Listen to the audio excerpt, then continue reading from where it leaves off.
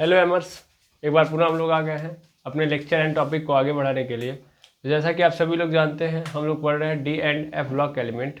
और इसके पहले वाले लेक्चर के अंदर हम लोगों ने बात कर लिया था कि डी सबसेल के अंदर या डी ब्लॉक के एलिमेंट जो होते हैं वो किस प्रकार के ऑर्बिटल के अंदर रहते हैं। ठीक है, यहाँ पे हम लोगों ने सीधा सीधा बोला जाए तो डी सबसेल के अंदर जितने भी ऑर्बिटल आते हैं, टोटल 5 ऑर्बिटल आते हैं, तो उन सभी 5 ऑर्बिटलों के शेप को समझाता है।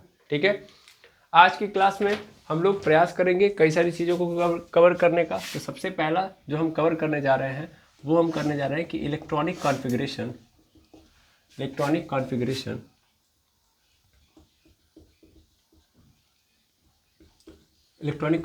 ऑफ आयन, यानी आयन का हम लोग इलेक्ट्रॉनिक कॉन्फ़िगरेशन देखेंगे।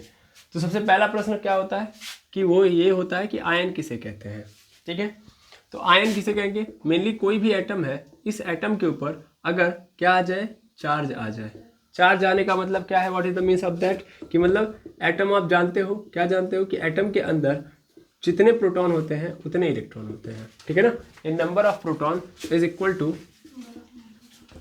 टू नंबर ऑफ इलेक्ट्रॉन होते हैं, नंबर ऑफ इलेक्ट्रॉन। और जैसा कि आप सभी लोगों को पता है कि प्रोटॉन पे जितना चार्ज होता है, प्रोटॉन पे कितना होता है, प्लस में 1.6 × 10⁻⁻19 होता है। तो इलेक्ट्रॉन पे बस क्या होता है, सेम होता है 1.6 × 10⁻⁻19, बस यहाँ पे क्या लगता है, माइनस। तो जितना पॉजिटिव चार्ज होता है उतना ही नेगेटिव चार्ज होता है। तो उस कारण अगर देखा जाए पूरे एटम के ऊपर जो चार्ज होता है वो क्या होता है, 0 होता है। पहले समझना, मेनली हम एक एटम की बात कर रहे हैं, तो एक एटम के अंदर जितने प्रोटॉन उतने ही इलेक्ट्रॉन। जैसे कि मैंने एक एटम ले लिया, सपोज कर लो मैंने यहाँ पे सोडियम ले लिया। सोडियम के अंदर कितना यहाँ पे, सोडियम का एटॉमिक नंबर कितना होता है, 11। ये 11 ये दर्शा रहा है कि टोटल प्रोटॉन कितने हैं, 11, और फिर इलेक्ट्रॉन कितने हैं, वो भी 11 है। अब 11 प्रोटॉन का मतलब 11 गुणे 1.6 × 10⁻⁻19 कूलम है ना, 11 गुणे 1.6 × 10⁻⁻19 कूलम, वो भी कैसा, पॉजिटिव। और यहाँ पे 11 इलेक्ट्रॉन मतलब ये बता रहा है कि चार्ज कितना हो गया, यहाँ पे -1.6 × 10⁻⁻19 कूलम हो गया। अब यहाँ पे अगर हम सॉल्व करें तो 11 × 6 = 66, यहाँ पे 11 कम 11 और 6 17, यानी 17.6 × 10⁻⁻19 कूलम। ठीक है, और यहाँ पे आ जाएगा -17.6 × 10⁻⁻19 कूलम। यानी मेनली इस एटम के अंदर, यानी सोडियम एटम के अंदर टोटल पॉजिटिव चार्ज कितने हैं सर, इतना है, और नेगेटिव चार्ज कितना है, इतना है। क्या दोनों सेम है कि नहीं है, हाँ या ना, दोनों सेम है, और दोनों क्या है, अपोजिट है ना, एक प्लस है और एक माइनस। तो अगर हम टोटल निकालें, टोटल चार्ज, ठीक है ना, टोटल चार्ज, एक एटम का टोटल चार्ज निकालेंगे हम लोग, तो टोटल चार्ज होगा, total charge is equal to positive charge, कितना पॉजिटिव चार्ज है, हाँ या ना, टोटल पॉजिटिव चार्ज और प्लस टोटल नेगेटिव चार्ज। ठीक है, टोटल पॉजिटिव चार्ज कितना है, टोटल पॉजिटिव चार्ज है 17.6 × 10⁻⁻19, और टोटल नेगेटिव चार्ज कितना है, तो -17.6 × 10⁻⁻19 है ना। देखिए इससे क्या हो जाएगा, कैंसिल, टोटल चार्ज क्या आ गया, 0। समझ में आ गया है, तो क्यों हुआ ऐसा, आई थिंक आपको समझ में आ गया होगा। ठीक है, मेनली यही समझना था कि अगर आप देखोगे क्या कि टोटल चार्ज एक एटम के ऊपर, तो यहाँ से आपको डिफाइन हो गया होगा कि कैसे मैंने बताया कि एटम के ऊपर क्या होता है, टोटल चार्ज 0 होता है। मेनली एक बात ये भी समझ लो कि ये प्रोटॉन और इलेक्ट्रॉन पे डिपेंड करता है, लेकिन प्रोटॉन जो होता है ऐसा होता है कि प्रोटॉन रहता है न्यूक्लियस के अंदर। ये आप सबको पता है कि एक एटम है, एटम के न्यूक्लियस के अंदर कौन रहता है, प्रोटॉन, और ये बाहर नहीं जा सकता। ठीक है, जबकि इलेक्ट्रॉन कहाँ रहते हैं, ये नाभिक से बाहर, दैट मीन्स न्यूक्लियस से बाहर होते हैं, और सेल्स के अंदर ऐसे घूम रहे होते हैं। ठीक है, अब इनकी बात करोगे, इन इलेक्ट्रॉनों की बात करोगे, तो ये इलेक्ट्रॉन एक्चुअल में चाहे तो एटम को छोड़ के जा सकते हैं। प्रोटॉन नहीं छोड़ के जाएगा, लेकिन इलेक्ट्रॉन छोड़ के जा सकता है, क्योंकि इलेक्ट्रॉन क्या होता है, एनर्जी का भूखा होता है। जो ही इसको एनर्जी मिलेगी तुरंत तो क्या हो जाएगा, फरार। ठीक है ना, तो अगर एनर्जी आप दोगे तो क्या हो जाएगा, इलेक्ट्रॉन निकल जाएगा। ठीक है, निकल जाएगा, और अगर इलेक्ट्रॉन निकला तो क्या हो जाएगा, पूरे एटम के अंदर चार्जेस का डिसबैलेंस हो जाएगा। ठीक है, ठीक है, मेनली जो है कि एटम न्यूट्रल होता है। क्यों बोलते हैं हम लोग ऐसा, क्योंकि जो चार्जेस का यहाँ पे डिस्ट्रीब्यूशन होता है वो इक्वल होता है, यानी बैलेंस होते हैं, जितने पॉजिटिव चार्ज उतने नेगेटिव चार्ज, इसलिए टोटल चार्ज 0, और total charge 0 that means atom क्या होता है, न्यूट्रल बन जाता है। लेकिन मैंने अभी जस्ट बताया कि जो इलेक्ट्रॉन होता है उसको इलेक्ट्रॉन दोगे तो वो क्या हो जाएगा, छोड़ के फरार। दैट मीन्स अगर यहाँ पे सोडियम है, इस सोडियम को एनर्जी दी गई, इस सोडियम को क्या दी गई, एनर्जी, तो इसको अगर एनर्जी दोगे सोडियम को, तो इसके अंदर से एक इलेक्ट्रॉन क्या हो जाएंगे, निकल जाएंगे। इसके अंदर से एक इलेक्ट्रॉन निकल जाएगा। और निकलता कहाँ से है, तो हमेशा बाहरी कक्षा में से। दैट मीन्स अगर सपोज कर लो ये एटम है, ये एटम है, पहले मैं इसी को हम लोग ले लेते हैं, मतलब सोडियम को ही। तो यहाँ पे प्रोटॉन न्यूट्रॉन होंगे, इसके बाहर बहुत सारी कक्षाएं बनी होंगी। पहली कक्षा में कितने इलेक्ट्रॉन रखे जाएंगे, 2। ये आप सबको पता है, डिस्ट्रीब्यूशन ऐसे ही किया जाता है, सबसे पहले 2, फिर दूसरे में कितना रखा जाएगा, 8, और तीसरे में कितना रखा जाएगा, 1 रखा जाएगा। टोटल 11 इलेक्ट्रॉन है, इस तरीके से डिस्ट्रीब्यूट होंगे, पहले में 2, दूसरे में 8, तीसरे में 1। अब एनर्जी मिली, तो एनर्जी सबसे पहले कहाँ पे जाएगी, बाहरी कक्षा में, सबसे बाहरी कक्षा में। सबसे बाहरी कक्षा में क्या है, 1 इलेक्ट्रॉन है, तो ये 1 इलेक्ट्रॉन इस एनर्जी को लेके क्या हो जाएगा, फरार। पहले जब तक ये एनर्जी नहीं दी गई थी तब तक क्या था, तब तक तो बैलेंस था ना, चार्ज क्या था, पूरा का पूरा बराबर था, जितना पॉजिटिव उतना ही निगेटिव, ठीक है ना। या सोडियम के अंदर 11 प्रोटॉन और 11 इलेक्ट्रॉन। लेकिन जब एनर्जी दिया तो ये इलेक्ट्रॉन फरार हो गया। इलेक्ट्रॉन फरार होने के बाद स्थिति क्या बनी, थोड़ा ध्यान देना कि ये जो सोडियम है इसके पास प्रोटॉन कितने हैं, तो प्रोटॉन तो अभी भी है 11, क्योंकि प्रोटॉन तो बाहर जा नहीं सकता, लेकिन इलेक्ट्रॉन कितने हो गए, 10 हो गए। अब यहाँ पे चार्जेस का पॉइंट, मतलब चार्जेस का अगर देखोगे इक्वेशन या टोटल चार्जेस देखोगे इस पूरे सोडियम के ऊपर, तो ध्यान से देखना, 11 प्रोटॉन है, यानी 11 गुणे 1.6 × 10⁻⁻19 होगा। टोटल चार्ज मैं निकाल रहा हूँ, है ना, टोटल चार्ज TC, देखना ध्यान से। और यहाँ पे क्या हो जाएगा, माइनस वाला चार्ज कितना है, 10 है, 10 गुणे क्या होगा, 1.6 × 10⁻⁻19 हो गया। अब अगर मैं इसको सॉल्व करूँ, दैट मीन्स यहाँ पे मैं देखूंगा तो क्या होगा, यहाँ पे हो जाएगा 17.6 × 10⁻⁻19, और इससे मल्टीप्लाई कर दूंगा -16 × 10⁻⁻19, घटाओगे आंसर क्या मिल जाएगा, 1.6 × 10⁻⁻19, वो भी कैसा मिलेगा, पॉजिटिव। यानी इस अब सोडियम के ऊपर क्या आ गया, प्लस क्या आ गया, 1.6 × 10⁻⁻19 कूलम, ठीक है ना, आ गया। और हम ये नहीं लिखेंगे सीधा सीधा, केवल प्लस चार्ज में लिख देंगे, यानी एक प्लस डिनोट कर देंगे, तो उसका भी मतलब वही होगा। एक प्लस का वही मतलब क्या होता है, 1 इलेक्ट्रॉन के चार्ज के बराबर। तो 1 इलेक्ट्रॉन का चार्ज 1.6 × 10⁻⁻19 होता है, इसलिए मैं एक प्लस डिनोट कर दूंगा। यानी अब ये क्या हो गया, ये क्या बन गया, इसके ऊपर चार्ज हो गया कि नहीं हो गया। अभी यहाँ पे सोडियम क्या था, न्यूट्रल था, लेकिन अभी क्या आ गया, इसके ऊपर चार्ज आ गया। तो अभी ये न्यूट्रल है, लेकिन जब इसके ऊपर चार्ज आ गया तब इसी को हम लोग क्या बोलेंगे, आयन बोलेंगे। मैकेनिज्म समझ में आ गया। एनर्जी अगर हम लोग क्या करेंगे, देंगे, क्या करेंगे, एनर्जी देंगे, तो आउटर मोस्ट सेल के इलेक्ट्रॉन क्या हो जाएंगे, फरार हो जाएंगे, और इससे क्या होगा, पूरे एटम के अंदर चार्जेस डिसबैलेंस हो जाएंगे, और चार्ज डिसबैलेंस हो जाएगा तो वो एटम किस में कन्वर्ट हो जाएगा, आयन में। समझ में आया कि नहीं आया, ठीक है। तो मेनली आयन हम इसे ही कहते हैं, ठीक है। अब हमारे पास जो डी ब्लॉक एलिमेंट है उनके वो भी क्या करेंगे, मतलब एलिमेंट है, दैट मीन्स एटम है, और उनके पास भी ये प्रोबेबिलिटी होगी कि वो भी क्या बनाएंगे, आयन में कन्वर्ट होंगे, या आयन बनाएंगे अपने आप को, है ना। अच्छा, आयन मेनली क्यों बनाया जाता है, आखिर एनर्जी दी ही क्यों जाती है, ताकि ये स्टेबल हो पाए, ताकि क्या हो पाए, स्टेबल। पूरे केमिस्ट्री में खेल सिर्फ इतना चल रहा होता है कि हर एलिमेंट कैसा बनना चाहता है, हर एलिमेंट 18वें ग्रुप के एलिमेंट्स की तरह बनना चाहता है ना। 18वें ग्रुप मतलब हीलियम, नियान, आर्गन, क्रिप्टॉन, जेनान, रेडान, ऑर्गेनियम, इनकी तरह बनना चाहते हैं ये लोग। तो मेनली सोडियम अपना 1 इलेक्ट्रॉन डोनेट क्यों कर रहा है, क्यों आखिर उसके 1 इलेक्ट्रॉन जाना है, क्योंकि अगर सोडियम ने अगर अपना 1 इलेक्ट्रॉन दे दिया तो इसके पास भी नियॉन की तरह इलेक्ट्रॉनों की संख्या हो जाएगी। जैसे कि नियॉन का देखोगे आप, तो नियॉन के पास 10 प्रोटॉन होते हैं और 10 इलेक्ट्रॉन होते हैं, समझ में आ रहा है। तो ये एक्चुअल में 1 इलेक्ट्रॉन हटा के ये भी कैसा बन जाएगा, 10 इलेक्ट्रॉन की तरह बन जाएगा, और 10 इलेक्ट्रॉन मतलब ये बन गया नियॉन की तरह, समझ में आया। तो ये भी इनकी तरह बनने के लिए 1 इलेक्ट्रॉन यहाँ से क्या कर रहा है, डोनेट कर रहा है, यानी आयन का फॉर्मेशन इसीलिए हो रहा है, इसीलिए एनर्जी दी जा रही है, और कोई कारण नहीं है। यानी एनर्जी आ रही है तो इसका मतलब क्या है कि आयन बनना है, और आयन बन के वो क्या मानते हैं, अपने आप को स्टेबल मानते हैं, ठीक है। चलिए अब समझते हैं आगे की कहानी कि अगर हमारे पास आयंस आएंगे डी ब्लॉक एलिमेंट्स के, तो उनका हम कॉन्फ़िगरेशन कैसे निकालेंगे, इलेक्ट्रॉनिक कॉन्फ़िगरेशन। इलेक्ट्रॉनिक कॉन्फ़िगरेशन है क्या, तो मेनली इलेक्ट्रॉनिक कॉन्फ़िगरेशन ये बताता है कि हर सेल के अंदर या हर सेल के ऑर्बिटल के अंदर किस तरीके से इलेक्ट्रॉनों को अरेंज किया गया है, ठीक है। जब आयन की बात करोगे तो आयन में क्या होगा, आयन के कंडीशन में जो नॉर्मल कॉन्फ़िगरेशन होता है, जब जैसे हम इलेक्ट्रॉनिक कॉन्फ़िगरेशन जो देखे हैं वो कब देखे हैं, जब हमारा एटम न्यूट्रल था, यानी जब उसमें इलेक्ट्रॉनों की संख्या में कोई भी चेंज नहीं आया था, मतलब चार्ज जब बैलेंस थे, समझ में आ रहा है, तब उस कंडीशन में हम लोगों ने इलेक्ट्रॉनिक कॉन्फ़िगरेशन देख लिया। अब सपोज कर लो इन लोगों के मन में, मतलब डी ब्लॉक एलिमेंट के मन में भी आएगा, 100% आएगा। पूरी दुनिया के अंदर जो लोग हैं वो हर लोग स्टेबल होना चाहते हैं, जैसे डी ब्लॉक एलिमेंट भी स्टेबल होना चाहेंगे। स्टेबल होने के लिए वो भी क्या बनाएंगे, आयन बनाएंगे। और मेनली आयन देखिए दो तरीके का होता है, एक होता है कैटायन और एक होता है एनायन। मेनली आप जो यहाँ पे देख रहे हो ये क्या बना है, कैटायन बना है। क्या बना है, कैटायन। कैटायन का मतलब पॉजिटिव चार्ज आया है, यानी यहाँ से इलेक्ट्रॉन निकलता है, यहाँ से इलेक्ट्रॉन क्या होता है, निकलता है। अब एक क्वेश्चन ये है कि आखिर ये कैटायन क्यों बना, और डी ब्लॉक एलिमेंट कैसे आयन बनाएंगे, कैटायन बनाएंगे कि एनायन बनेंगे। तो मेनली हमेशा याद रखेंगे कि जो भी मेटल होते हैं उनके आउटर मोस्ट सेल के अंदर कम इलेक्ट्रॉन होते हैं, मतलब उनको स्टेबल होना है तो स्टेबल होने के लिए वो हमेशा क्या करने का प्रयास करते हैं, डोनेट करने का प्रयास कर देते हैं।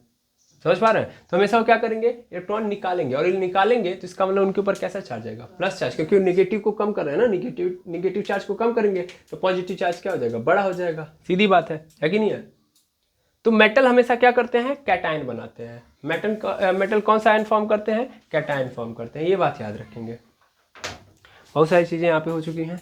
तो डी ब्लॉक एलिमेंट कैसे हैं, डी ब्लॉक एलिमेंट भी मेटल है, इसलिए वो भी क्या बनाएंगे, कैटायन बनाएंगे। दैट मीन्स हमेशा वो क्या कर रहे होंगे, इलेक्ट्रॉन को डोनेट कर रहे होंगे। नॉन मेटल जो होते हैं उनकी प्रोबेबिलिटी होती है कि वो लेते हैं, उनको स्टेबिलिटी कम फील होती है, मतलब वो अपने स्टेबिलिटी के चक्कर में क्या कर रहे होते हैं, लेते हैं, क्योंकि वो दे नहीं सकते, क्योंकि उनके आउटर मोस्ट सेल में ज़्यादा इलेक्ट्रॉन होते हैं, तो वहाँ से डोनेट नहीं कर सकते वो, ठीक है ना। वो ज़्यादा है लेकिन वो डोनेट नहीं कर सकते, उनको लेने पे स्टेबिलिटी मिलती है, इसलिए वो एनायन बनाते हैं, और जो मेटल होते हैं वो कैटायन बनाते हैं, ठीक है। तो mainly electronic configuration of ion देखें हम लोग। तो अगर हम सबसे पहले स्कैंडियम का लेते हैं, स्कैंडियम का क्या होता है 21, जब ये न्यूट्रल स्टेट में है। तो न्यूट्रल स्टेट में होगा तो इसका इलेक्ट्रॉनिक कॉन्फ़िगरेशन होगा 1s2 2s2 2p6 3s2 3p6 4s2 3d1 होगा।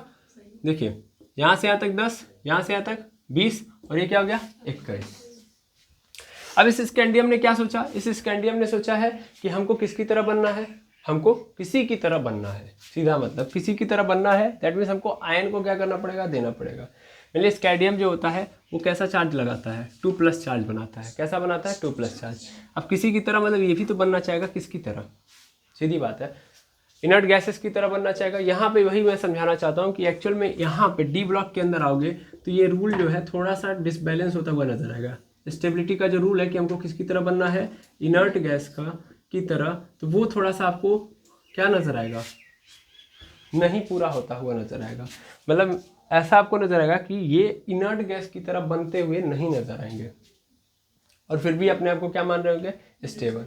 जैसे आप देखोगे स्कैंडियम के बारे में, तो स्कैंडियम मेनली कैसा वो बनाता है, 2+ बनाता है। दैट मीन्स स्कैंडियम पे क्या आएगा, 2+ पे अपने आप को क्या बांधेगा, स्टेबल।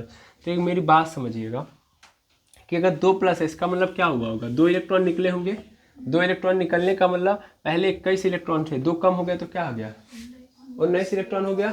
ये बताओ 19 इलेक्ट्रॉनों पे क्या स्टेबल हो सकता है, ऐसे कौन सी इनर्ट गैस है जिसके पास 19 इलेक्ट्रॉन है, कोई नहीं। जैसा आप सभी लोग जानते हैं यहाँ पे है helium, neon, argon, krypton, जेनान, radon, ऑर्गेन्सॉन। थोड़ा सा इनके एटॉमिक नंबर को देखें तो 2, 10, 18 होता है, फिर 36 होता है, 54 होता है, 86 होता है और 118 होता है, ठीक है। इसमें कहीं भी 19 जैसा कोई नज़र आ रहा है नहीं। फिर भी स्कैंडियम 2+ चार्ज ही बनाता है, यानी अपने अंदर से कितने इलेक्ट्रॉन निकालेगा, कितने आए, 2, और अपने आप को क्या मान लेगा, ये स्टेबल, ठीक है। तो डी ब्लॉक के अंदर एक्चुअल में स्टेबिलिटी का फंडा ही अलग होता है, समझ में आ रहा है ना। इसीलिए थोड़ा सा समझ से क्या है, ये परे हैं बेचारे, और कोई बात नहीं है। मतलब ये 2 इलेक्ट्रॉन त्यागने के बाद भी अपने आप को क्या मानते हैं, स्टेबल मानते हैं। इनर्ट गैस की तरह नहीं बनते हैं, फिर भी अपने आप को स्टेबल मानते हैं। मैं ये नहीं कहूँगा कि सभी ऐसा करते हैं, ठीक है ना, ज़्यादातर आपको ऐसे नजर आएंगे, तो आप कंफ्यूज ना होइएगा, ओके। अब मेनली हमको क्या करना है, इलेक्ट्रॉनिक कॉन्फ़िगरेशन लेना है, तो दुनियादारी हम छोड़ते हैं फिलहाल के लिए और काम करते हैं यहाँ पे। तो पहले स्कैंडियम पे +2 चार्ज है। अब थोड़ा सा मैं आगे बढ़ाऊँ तो अगर इसका इलेक्ट्रॉनिक कॉन्फ़िगरेशन लिखूंगा तो ये सब तो वैसे ही रहेंगे, मतलब 1s2 2s2 2p6, फिर यहाँ पे 3s2 3p6 4s2 3d1। ये तो नॉर्मल वाला हो गया, हमको 2 निकालना है। तो 2 निकलेंगे कहाँ से, सर आउटर मोस्ट सेल से। आउटर मोस्ट सेल है कौन सी इसमें, पहले तो ये पकड़ना पड़ेगा। सर ये है, सबसे बाहरी कौन सी होगी, सबसे बाहरी यही तो होगी, है ना। तो सबसे बाहरी यही है, सबसे बाहरी यही है, तो इसी में से 2 इलेक्ट्रॉन निकल गए होंगे, यानी 4s क्या हो गया होगा 0। तो 4s क्या हो गया होगा 0, और ये बन जाएगा स्कैंडियम आयन का इलेक्ट्रॉनिक कॉन्फ़िगरेशन। क्लियर है। ऐसे ही क्रोमियम का देख लीजिए, क्रोमियम का कितना होता है 24 होता है। अगर मैं इसका करूँ तो 1s2 2s2 2s2 2p 2p6 3s2 3p6 4s1 और 3d5 होता है। क्रोमियम ये दिखाता है, देख लेंगे अगर आप लोग तो मेनली, एक सेकंड सुनेंगे, यहाँ पे 10, यहाँ पे सॉरी यहाँ पे हो जाएगा 6 2 8 और 1 9, तो यहाँ पे 9 6 सॉरी 9 10 19 और 19 और 5 24। इसका इलेक्ट्रॉनिक कॉन्फ़िगरेशन यही होता है। अब मेनली अगर हम बात करेंगे यहाँ पे कि इसके क्रोमियम आयन की, तो क्रोमियम आयन भी कैटायन बनाएगा, दैट मीन्स क्रोमियम पे कैसा चार्ज आएगा +2 चार्ज, यहाँ पे 24 है। ठीक है, तो देखोगे आप तो इसका इलेक्ट्रॉनिक कॉन्फ़िगरेशन क्या होगा 1s2 2s2 2p6 3s2 3p6। फिर वही बात, कहाँ से निकलेगा आउटर मोस्ट सेल से निकलेगा। कितने निकालने हैं 2 इलेक्ट्रॉन निकालने हैं। अब ये बताओ आउटर मोस्ट सेल के अंदर इलेक्ट्रॉन कितने हैं 1, तो 1 तो यहाँ से निकल जाएगा है ना 4s0, और बाकी एक कहाँ से निकल जाएगा यहाँ से, दैट मीन्स 3d4। तो इसका इलेक्ट्रॉनिक कॉन्फ़िगरेशन ये होगा। जिसको इलेक्ट्रॉनिक कॉन्फ़िगरेशन लिखने के लिए आ चुका है उसको इन आयनों का लिखना हो तो कोई दिक्कत नहीं है। आउटर मोस्ट सेल से हमेशा निकाल देना है। आउटर मोस्ट सेल कौन सी है 4s है, तो 4s को निकालना है, मतलब जो सबसे बाहरी होगी। ठीक है, जिसका सेल नंबर ज़्यादा है वही हमारे मतलब पूरे इलेक्ट्रॉनिक कॉन्फ़िगरेशन में जो मैक्सिमम सेल नंबर है उसके ऑर्बिटल में से इलेक्ट्रॉन को निकालना है। ठीक है, तो मैंने निकाल दिए, लेकिन वहाँ से एक ही निकल सकता है, मुझे 2 निकालने हैं, तो एक मैं उसके जस्ट पहले वाले से निकालूंगा। ठीक है, और उसके जस्ट पहले कौन सा आएगा 3d4। आई बात समझ में। तो इस तरीके से हम काम करेंगे। आई होप आपको इन दोनों का लिखने के बाद समझ में आ गया होगा कि इलेक्ट्रॉनिक कॉन्फ़िगरेशन कैसे निकालना है, यानी कैसे आयन का डिफाइन करना है। क्लियर है, चलिए अच्छी बात है। तो आप लोगों ने ये वाला टॉपिक भी समझ लिया। इस तरीके से आप बाकी कई जो हैं जब आप देखेंगे नॉर्मली तो बहुत सारे मिलेंगे। अब इसके बाद स्कैंडियम का मैंने कर दिया, क्रोमियम का, तो स्कैंडियम के बाद वेनेडियम है, वेनेडियम का कर ले सकते हैं। ठीक है ना, टाइटेनियम का कर सकते हैं। ठीक है, तो आप जितने हैं उनको करिएगा, आराम से आपको समझ में आएगा। मेनली जो आपको 3D सीरीज के अंदर जो एलिमेंट मिलेंगे वो एक्चुअल में 2+ चार्ज बनाते हुए नजर आएंगे। ठीक है, और इनके अंदर ऐसा नहीं कि सिर्फ 2+ चार्ज बनाते हुए नजर आएंगे। जैसे आप आयरन को जानते हैं है ना, आयरन एक्चुअल में कैसा होता है, आयरन 2+ भी दिखाता है और 3+ भी। ठीक है, इसको देख लेते हैं। आयरन थोड़ा सा अच्छा खासा इसको हम लोग देखते हैं। तो आयरन कितने नंबर पे आता है 26 पे आता है। अगर हम इसका इलेक्ट्रॉनिक कॉन्फ़िगरेशन करें तो 1s2 2s2 2p6 3s2 3p6 4s2 3d कितना हो जाएगा, यहाँ तक तो 10, यहाँ पे हो जाएगा 6 होगा ना। देखिए यहाँ से यहाँ तक 20, यहाँ से यहाँ तक 20 और 6 26। ठीक है, तो आयरन एक तो 2 इलेक्ट्रॉन को डोनेट करके भी दिखाता है, दैट मीन्स अपने ऊपर Fe+2 चार्ज लेके आता है ना। तब उस कंडीशन में बस मैं इसको पकड़ूंगा तो यहाँ पे 4s0 हो जाएगा और 3d6 हो जाएगा। और ऐसे ये 3+ भी दिखाता है, यानी Fe3+ भी दिखाता है। ठीक है, तो उस कंडीशन में क्या होगा, उस कंडीशन में 4s0 और 3d5 हो जाएगा। ठीक है, तो ये भी वो दिखा रहा था कौन, आयरन। इस कंडीशन में इसको फेरस बोल रहते हैं, फेरस आयन, और इस कंडीशन में इसको फेरिक आयन बोलते हैं। ठीक है ना, याद रखेंगे ये फेरस आयन है और ये क्या है फेरिक आयन। क्लियर है, तो परिवर्ती आयन वाली प्रॉपर्टी इनके अंदर होती है। ठीक है ना, क्लियर है। चलिए अच्छी बात है कि आपको ये टॉपिक समझ में आ गया होगा और इस तरीके से आप बाकियों का करेंगे। अब आगे बढ़ते हैं हम लोग नेक्स्ट टॉपिक की ओर मूव करते हैं। और नेक्स्ट टॉपिक बहुत ही इम्पोर्टेंट है, बहुत ज़्यादा इम्पोर्टेंट है मेनली। तो बहुत ज़्यादा कैसे इसको देखेगा। अब हम पढ़ने जा रहे हैं प्रॉपर्टीज़ किसकी, डी ब्लॉक एलिमेंट की। और इसमें सबसे पहली प्रॉपर्टी जो हम पढ़ेंगे वो पढ़ेंगे एटॉमिक रेडियस की। ठीक है, तो एटॉमिक रेडियस की प्रॉपर्टी हमको देखनी है।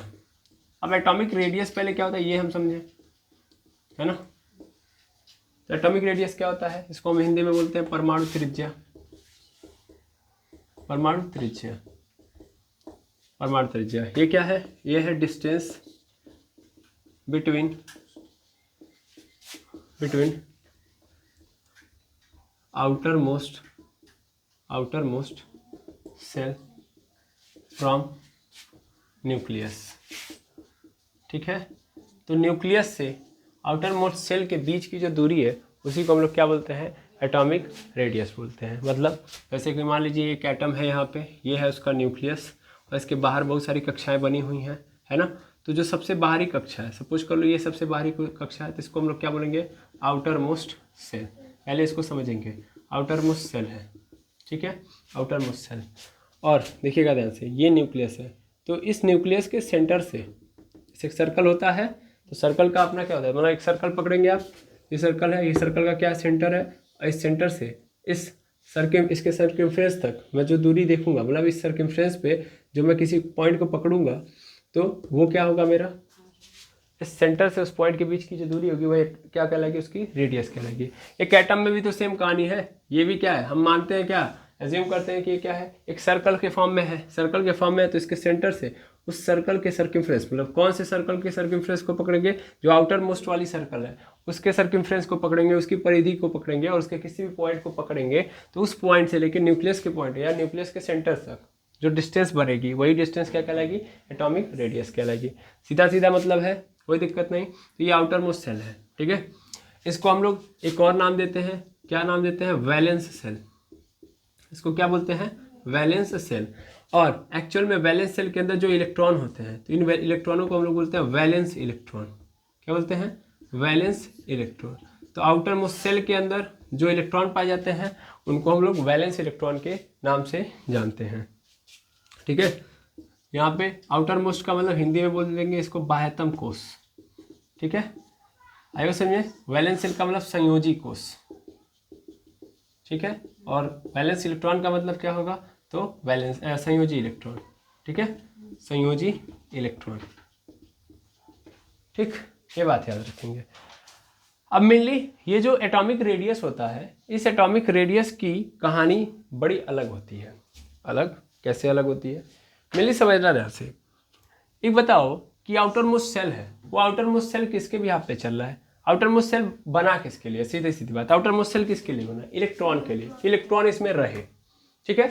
सपोज कर लो इलेक्ट्रॉन अभी फिलहाल में यहाँ है, ठीक है ना, फिलहाल में यहाँ पे है, इन किसी कारणवश ये यहाँ से हट के यहाँ चला जाता है, यहाँ से लेके यहाँ से हट के यहाँ पे चला जाता है, तो ये जो आउटर मोस्ट सेल होगी वो भी क्या हो जाएगी, हट जाएगी कि नहीं हट जाएगी। आउटर मोस्ट सेल किसके लिए बनी, इलेक्ट्रॉन के रहने के लिए।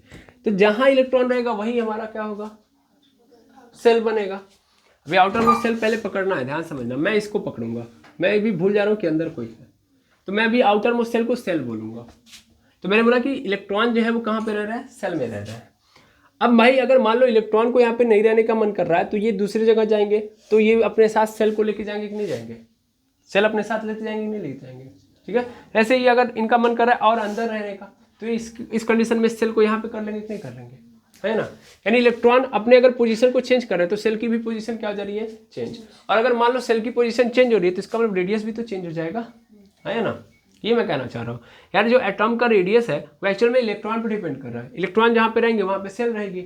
और मान लो हमारा जो एटॉमिक रेडियस है वो क्या है कि वो डिस्टेंस है किसके किसके बीच में, आउटर मोस्ट सेल के और न्यूक्लियस के बीच में। अब आउटर मोस्ट सेल अपनी पोजीशन चेंज कर रही है तो उस कंडीशन में डिस्टेंस चेंज होगी, और डिस्टेंस चेंज होगी तो सीधा मतलब एटॉमिक रेडियस चेंज होगा। इतनी बात तो समझ में आ रही होगी, बिल्कुल। अब आपके मन में चल रहा होगा सर कि ये सेल चेंज करने वाली बात जो बोले हैं और आपने डिपेंड करा दिया किसके ऊपर, इलेक्ट्रॉन के ऊपर, कि इलेक्ट्रॉन अपनी पोजीशन चेंज करेंगे। तो क्या ऐसा पॉसिबल है कि इलेक्ट्रॉन अपनी पोजीशन चेंज करेंगे, मतलब क्या ये यहाँ पे है तो थोड़ा सा आगे या पीछे खिसकेंगे, हाँ ऐसा बिल्कुल करेंगे। इसका कारण क्या है, इसका कारण है इलेक्ट्रोस्टैटिक फोर्स। क्या है, इलेक्ट्रोस्टैटिक फोर्स। अब आप कहेंगे ये क्या होता है, इसको समझाइए, ठीक है। चलिए मैं सबसे पहले इस पे बात करता हूँ।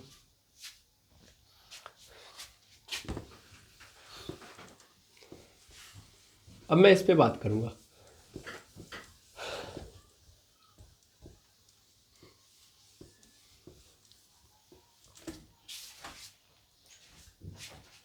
तो मेनली हम एक पर्टिकुलर सेल को लेके चलेंगे, ठीक है, एक पर्टिकुलर सेल को लेके चलेंगे। लेकिन मतलब जो बात करनी हो तो हम करेंगे, लेकिन थोड़ा सा बेसिक बातें और करते हैं। मतलब हम एक पर्टिकुलर सेल को लेके चलेंगे, लेकिन 2 सेकंड रुकिए, थोड़ा सा एक और बात समझ लेते हैं। मान लेते हैं हम लोग मेनली कि हमारे पास फर्स्ट पीरियड है। कौन सा पीरियड है? First period. तो आप सबको पता है कि पीरियड एक्चुअल में क्या बताता है? पीरियड एक्चुअल में सेल की नंबर को बता रहा होता है ना। पीरियड नंबर मतलब सेल नंबर, है ना। पीरियड नंबर मतलब सेल नंबर, ठीक है। पीरियड नंबर सेल नंबर मतलब नहीं समझे सर। मान लो हमने बोला कि फर्स्ट पीरियड में है, मतलब एक एलिमेंट जो है वो किस पीरियड में है? फर्स्ट पीरियड में। तो इसका मतलब उसके पास सेल कितने हैं? एक है, ठीक है ना, सेल एक है। मैंने बोला दूसरे पीरियड में कोई एलिमेंट, तो इसका मतलब उसके पास सेल कितने हैं? 2 सेल। और उसके आउटर मोस्ट सेल कहाँ पे होंगे? मतलब उसका आउटर मोस्ट सेल दूसरी वाली होगी। इलेक्ट्रॉन कहाँ पे होंगे? दूसरे सेल में, मतलब आउटर मोस्ट सेल इलेक्ट्रॉन। इसका मतलब अंदर इलेक्ट्रॉन नहीं रहते हैं, अंदर भी रहते हैं, याद रखिएगा, अंदर भी इलेक्ट्रॉन रहते हैं। और कहने का मतलब है कि आउटर मोस्ट इलेक्ट्रॉन या जिसको हम बोल रहे हैं वैलेंस इलेक्ट्रॉन, वो कहाँ होंगे? सेकेंड सेल में। थर्ड पीरियड मतलब 3 पीरियड है किसी एलिमेंट के पास, मतलब वो तीसरे पीरियड का एलिमेंट है, तो इसका मतलब उसके पास सेल कितने होंगे? 3 होंगे। क्लियर है? बिल्कुल। अब थोड़ा सा अगर मैं बात करूं, जैसे सपोज कर लो फर्स्ट पीरियड का कोई एलिमेंट है, ये है उसका न्यूक्लियस, तो उसके पास एक ही सेल होगा, हाँ या ना, उसके पास एक ही सेल होगा, ठीक। दूसरे मतलब यही चीज़ को मैं बना के रहा हूँ, सेकेंड पीरियड का कोई एलिमेंट है, तो इसका मतलब ये उसका न्यूक्लियस है और इसके चारों ओर 2 सेल मौजूद होंगे, ओके। ऐसे ही कोई तीसरे पीरियड का है, तो ये उसका न्यूक्लियस है, उसके चारों ओर 3 सेल बनेंगे। अब अगर मैं बात करूं तो ध्यान से देखिएगा, जब हम एक फर्स्ट पीरियड में हैं तो अगर हम एटॉमिक रेडियस देखें, ये R1 है ना। सेकेंड पीरियड में है तो हम देखें एटॉमिक रेडियस, तो यहाँ से लेके यहाँ तक R2 होगा, मतलब लास्ट तक देखेंगे ना, आउटर मोस्ट सेल तक देखेंगे। फिर ऐसे ही सेंटर है यहाँ पे, मतलब ये थर्ड पीरियड में है कोई, तब एटॉमिक रेडियस देखेंगे तो आउटर मोस्ट सेल तक देखेंगे, ये क्या हो जाएगा? R3। अब अगर ध्यान से आप देख पा रहे होंगे तो आपको ये नजर आ रहा होगा कि एक्चुअल में R3 जो है वो बड़ा होगा R2 से, और R2 जो है वो बड़ा होगा R1 से। इसमें तो कोई दुविधा नहीं है, सीधी बात है। तो इसका मतलब क्या नजर आ रहा है? इसका मतलब कि अगर हम ध्यान से देखें तो पीरियड चेंज होने पे क्या हो जा रहा है? एक एक्स्ट्रा सेल आ जा रहा है, और एक्स्ट्रा सेल मतलब रेडियस तुरंत क्या हो जाएगा? इंक्रीज। यानी मान लो फर्स्ट पीरियड के अंदर जो एलिमेंट होंगे उनका जो रेडियस होगा सेकेंड पीरियड की अपेक्षा छोटा होगा, यानी सेकेंड पीरियड में जब एलिमेंट जाएंगे तो उनका क्या हो जाएगा? रेडियस बड़ा हो जाएगा। कारण क्योंकि सेल क्या हो जाएगा? एक बढ़ जाएगा, एक नया सेल ऐड हो रहा है। थर्ड पीरियड में जाएंगे तो सेकेंड पीरियड के अपेक्षा ज़्यादा इनका रेडियस होगा, किसका? थर्ड पीरियड का। समझ आ रहा है? यानी पीरियड बढ़ने पर सेल बढ़ रहा है, और सेल बढ़ने का मतलब क्या है? रेडियस बढ़ रहा है। क्यों? क्योंकि आउटर मोस्ट सेल के बीच की डिस्टेंस बढ़ जा रही है, एक नया सेल बाहर जा रहा है। और नया सेल का मतलब अब वहां से हम रेडियस लेंगे। पहले हम यहाँ से रेडियस ले रहे थे पहले सेल से, लेकिन जब दूसरा सेल बन गया तो इसका मतलब हमारे लिए ये बन गया, तो हम यहाँ से अब लेने लगे, दूसरे सेल से हम रेडियस डिस्टेंस लेने लगे। तीसरे में चले गए, तीसरा नया सेल बनने लगा, तो फिर हम अब यहाँ से नहीं रेडियस लेंगे, अब हम यहाँ से लेने लगे तीसरे सेल से। समझ आ रहा है? तो याद रखिएगा कि कभी भी अगर हम नीचे की ओर जा रहे हैं, ऐसे जा रहे हैं, कैसे जा रहे हैं? Top to bottom. Periodic table के अंदर टॉप टू बॉटम जा रहे हैं, पीरियोडिक टेबल में टॉप टू बॉटम। तो रेडियस क्या होगा? बढ़ेगा। रेडियस क्या होगा? बढ़ेगा। क्यों बढ़ेगा? क्योंकि सेल नंबर बढ़ेगा। समझ में आया ना? याद रखेंगे इस बात को। मैं यहाँ पे लिख दूँ, जितनी बातें मैंने समझाई है इसको पहले समझ लेंगे, उसके बाद यहाँ पे आएंगे तो ज़्यादा समझ में आएगा, क्लियरेंस बढ़ेगा, अदरवाइज कंफ्यूजन बढ़ेगा। तो मेनली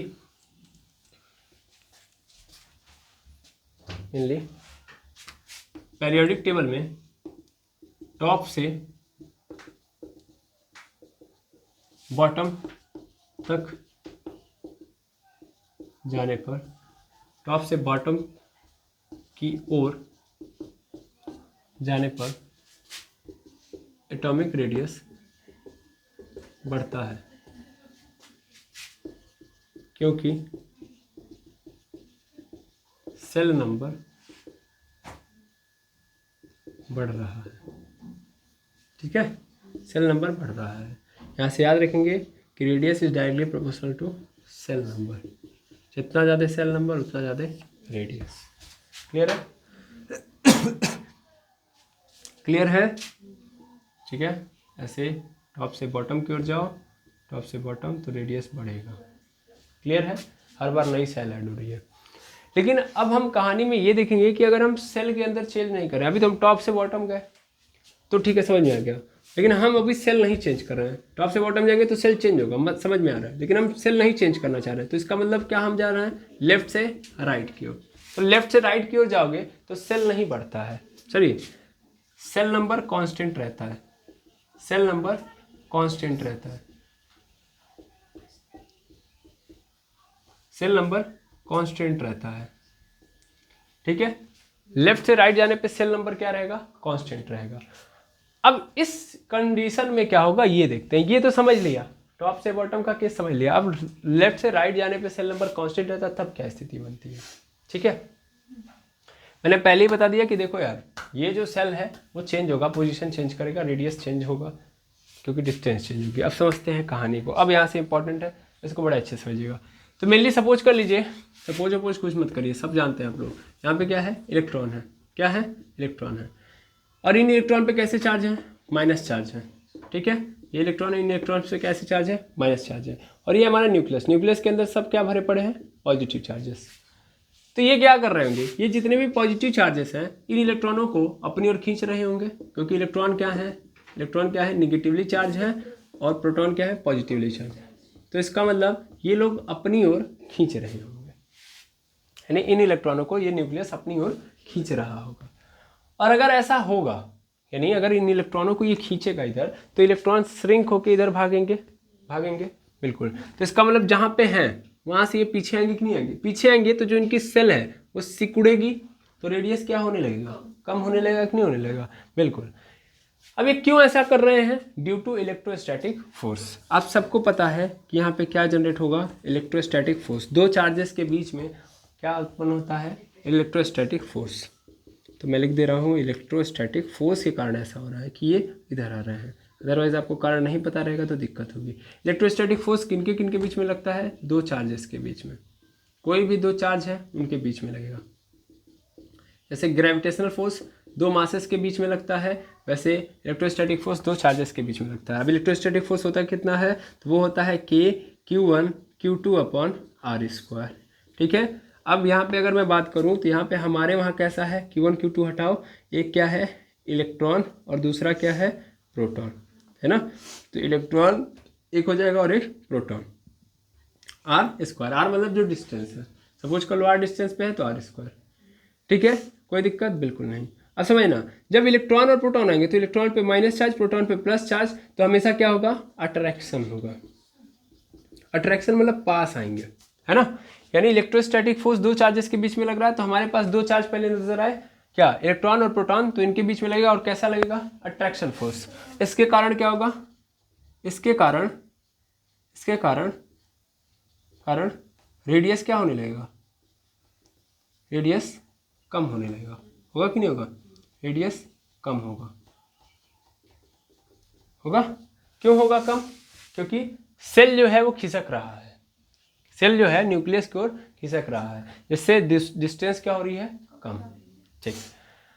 अब क्या ये इलेक्ट्रोस्टैटिक फोर्स केवल दो लोगों के बीच में लगेगा, नहीं। तो देखिए और भी बॉडी है, और भी इलेक्ट्रॉन्स हैं, उनको देख लेते हैं। ये बातें हम देखते जा रहे हैं, हम कांस्टेंट वाले के लिए देख रहे हैं, ये बात ध्यान में रखेंगे। चलिए देखिएगा यहाँ पे मिलिए। अब हम यहाँ पे बात करें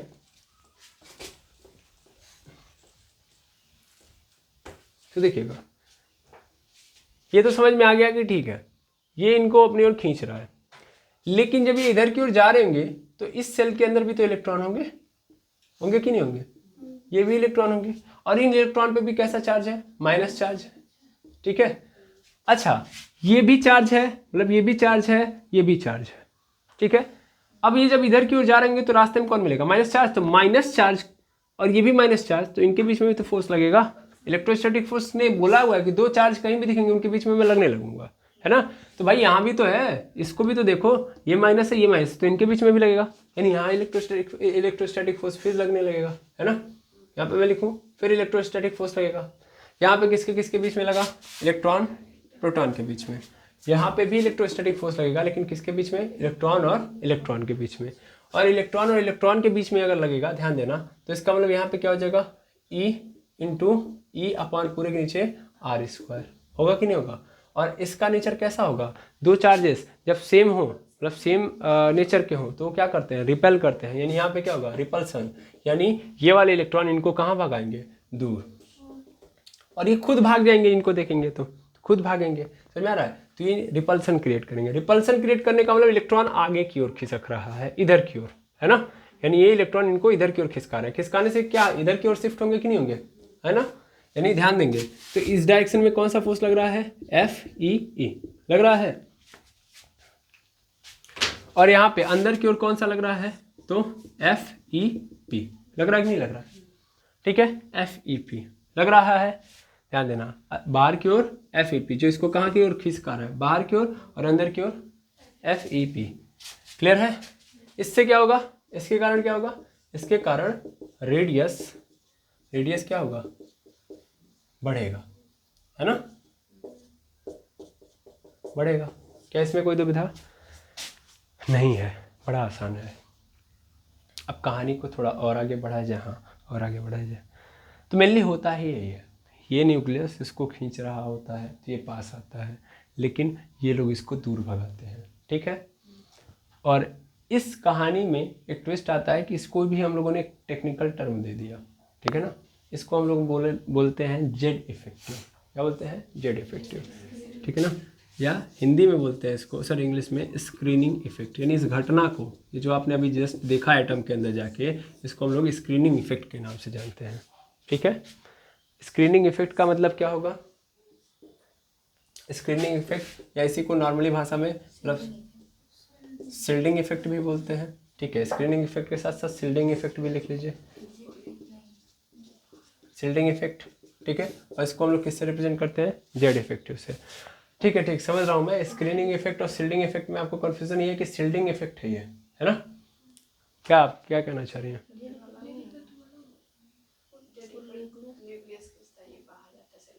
मैंने क्या बोला अभी, तो तीनों एक में करने का कारण है। स्क्रीनिंग इफेक्ट क्या है ये बताइए। तो स्क्रीनिंग इफेक्ट, शिल्डिंग इफेक्ट और जेड इफेक्टिव, तीन चीजें पैदा हो रही हैं, ठीक। इस पूरी घटना को जब आप ऑब्जर्व करोगे तो ये आएंगे, मेनली क्या होती है, इन तीनों को पकड़ना बहुत जरूरी है, ठीक है, समझिएगा ध्यान से। Screening effect, shielding effect and Z effective.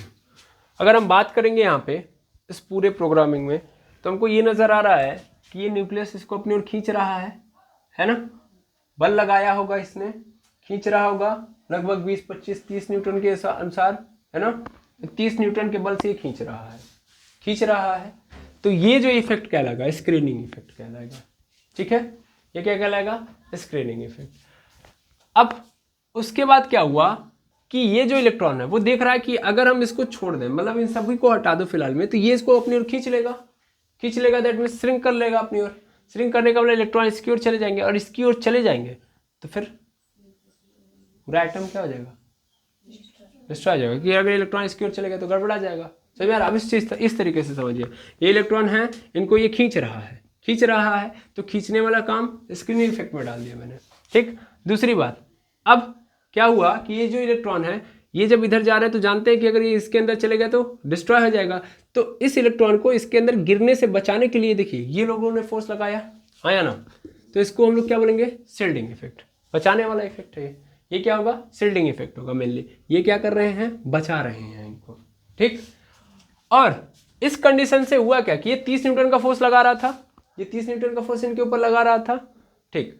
जब ये 30 न्यूटन का फोर्स इनके ऊपर लगा रहा था तो इन लोगों ने 30 न्यूटन का नहीं लगने दिया, 30 न्यूटन का लगा रहा है, 30 न्यूटन से ये अपनी ओर खींच रहा है, ठीक है। तो ये जो बीच वाले जो इलेक्ट्रॉन है उसने क्या किया, उसने 10 न्यूटन का फोर्स बाहर की ओर लगा दिया, जिससे ये पूरा बल ना लगा पाए और ये पूरा का पूरा उधर ना शिफ्ट हो पाए। मैं ऐसे मान लेता हूं कि ये बड़े हैं, ये थोड़े से बड़े हैं, कौन, न्यूक्लियस वाले लोग बड़े लोग हैं, तो ये बहुत ज्यादा बल से खींच रहे हैं, लेकिन ये भी कमजोर ही है, लेकिन फिर भी इन्होंने क्या किया, थोड़ा सा अपोजिशन दिखाया, तो क्या किया, 10 न्यूटन से इन्होंने विरोध कर दिया, जिससे क्या हुआ कि अभी इसके ऊपर पूरा नहीं लग, मतलब इन इलेक्ट्रॉनों के ऊपर पूरा 30 न्यूटन नहीं लग रहा है, अब कितना लग रहा है, 20 न्यूटन। समझ में आ रहा है। तो इसका मतलब क्या हुआ, इसका मतलब ये हुआ कि इस न्यूक्लियस का जो इफेक्ट है इस पूरे के ऊपर क्या हो गया, कम हो गया, तो वो जो बना उसको हम क्या बोलेंगे, जेड इफेक्टिव। क्लियर है, आई बात समझ में? 3 टर्मिनोलॉजी, इलेक्ट्रॉन को अपनी ओर खींचा जा रहा है, स्क्रीनिंग इफेक्ट है, ठीक है, इन लोगों ने बचाया, शील्डिंग इफेक्ट है, और जो इसके बाद जो बचा हुआ फोर्स नजर आ रहा है दैट मींस एग्जिट। अब देखा जाए तो इस पूरे घटना का जो रिजल्ट नजर आ रहा है कि इसके ऊपर कितना फोर्स लग रहा है अब, तो उस कंडीशन में उसको हम जेड इफेक्टिव बोलेंगे, ठीक है। आई बात समझ में? स्क्रीनिंग इफेक्ट को आप जेड से भी रिप्रेजेंट कर सकते हो, कोई दिक्कत नहीं है। तो जेड इज इक्वल टू क्या हो जाएगा, अच्छा शील्डिंग इफेक्ट को आप सिग्मा से रिप्रेजेंट करोगे, ठीक है, तो यहाँ पे हो जाएगा जेड इज इक्वल टू, चूंकि सॉरी जेड इफेक्टिव मुझे निकालना है, तो Z effective is equal to कितना होगा, Z effective is equal to Z minus क्या हो जाएगा, सिग्मा हो जाएगा, समझ में? ये होता है, क्लियर। ये इलेक्ट्रॉन है, इनको खींच रहा है, खींचने से क्या होगा, ध्यान से समझना, खींचने से क्या होगा, बड़े अच्छे से पकड़ना, खींचने से क्या होगा कि इसको भाग रहे होंगे, अगर ये चले गए गलती से तो डिस्ट्रॉय हो जाएगा पूरा एटम। तो इससे बचाने के लिए इन इलेक्ट्रॉनों ने इसके ऊपर रिपल्सन स्टार्ट कर दिया, दूर भगाना स्टार्ट कर दिया, इनको रोका हुआ है इसने। देखिए कोई हमको पीछे की ओर खींच रहा है, मतलब किसी व्यक्ति को पीछे की ओर खींच रहा है, मैंने उसको इधर की ओर धक्का दिया है, वो व्यक्ति मुझे से बड़ा है तो ज़्यादा फोर्स से खींच रहा होगा, लेकिन फिर भी मैंने जितनी पावर थी उतनी लगाई, इससे क्या हुआ कि उसका इफेक्ट थोड़ा सा क्या हो गया, कम।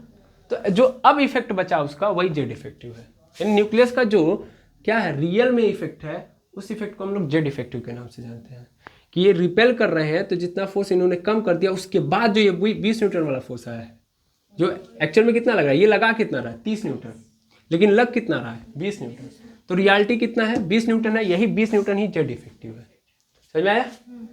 आया समझ में? हाँ या ना? लगा कितना रहा है Z, that is screening effect. बचा रहे हैं कितना, कितने फोर्स से, तो शील्डिंग इफेक्ट, क्लियर है। और ये जो आंसर आया वो क्या है, जेड इफेक्टिव। तो रियलिटी में कितना लग रहा है, क्योंकि देखो ये रियलिटी वाला बड़ा जरूरी है, रियलिटी में इतना है, यानी जब ये श्रिंक होगा तो इस 20 न्यूटन के फोर्स के कारण ही हो रहा होगा, ठीक है।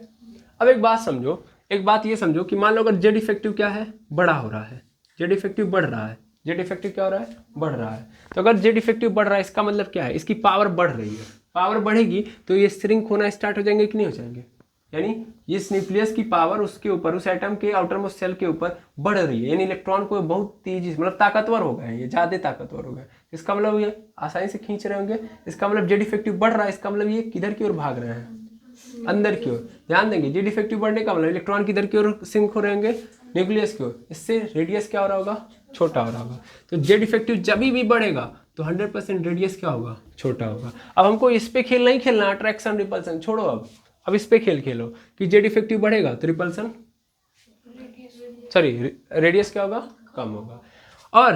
और समझो जेड इफेक्टिव बढ़ने से रेडियस कम हो रहा है, तो एक क्वेश्चन ये भी आता है कि जेड इफेक्टिव बढ़ेगा या किसके ऊपर डिपेंड कर रहा है, मेनली प्रोटॉन के ऊपर, हाँ या ना, किसके ऊपर, प्रोटॉन के ऊपर। समझ में आ रहा है नहीं आ रहा?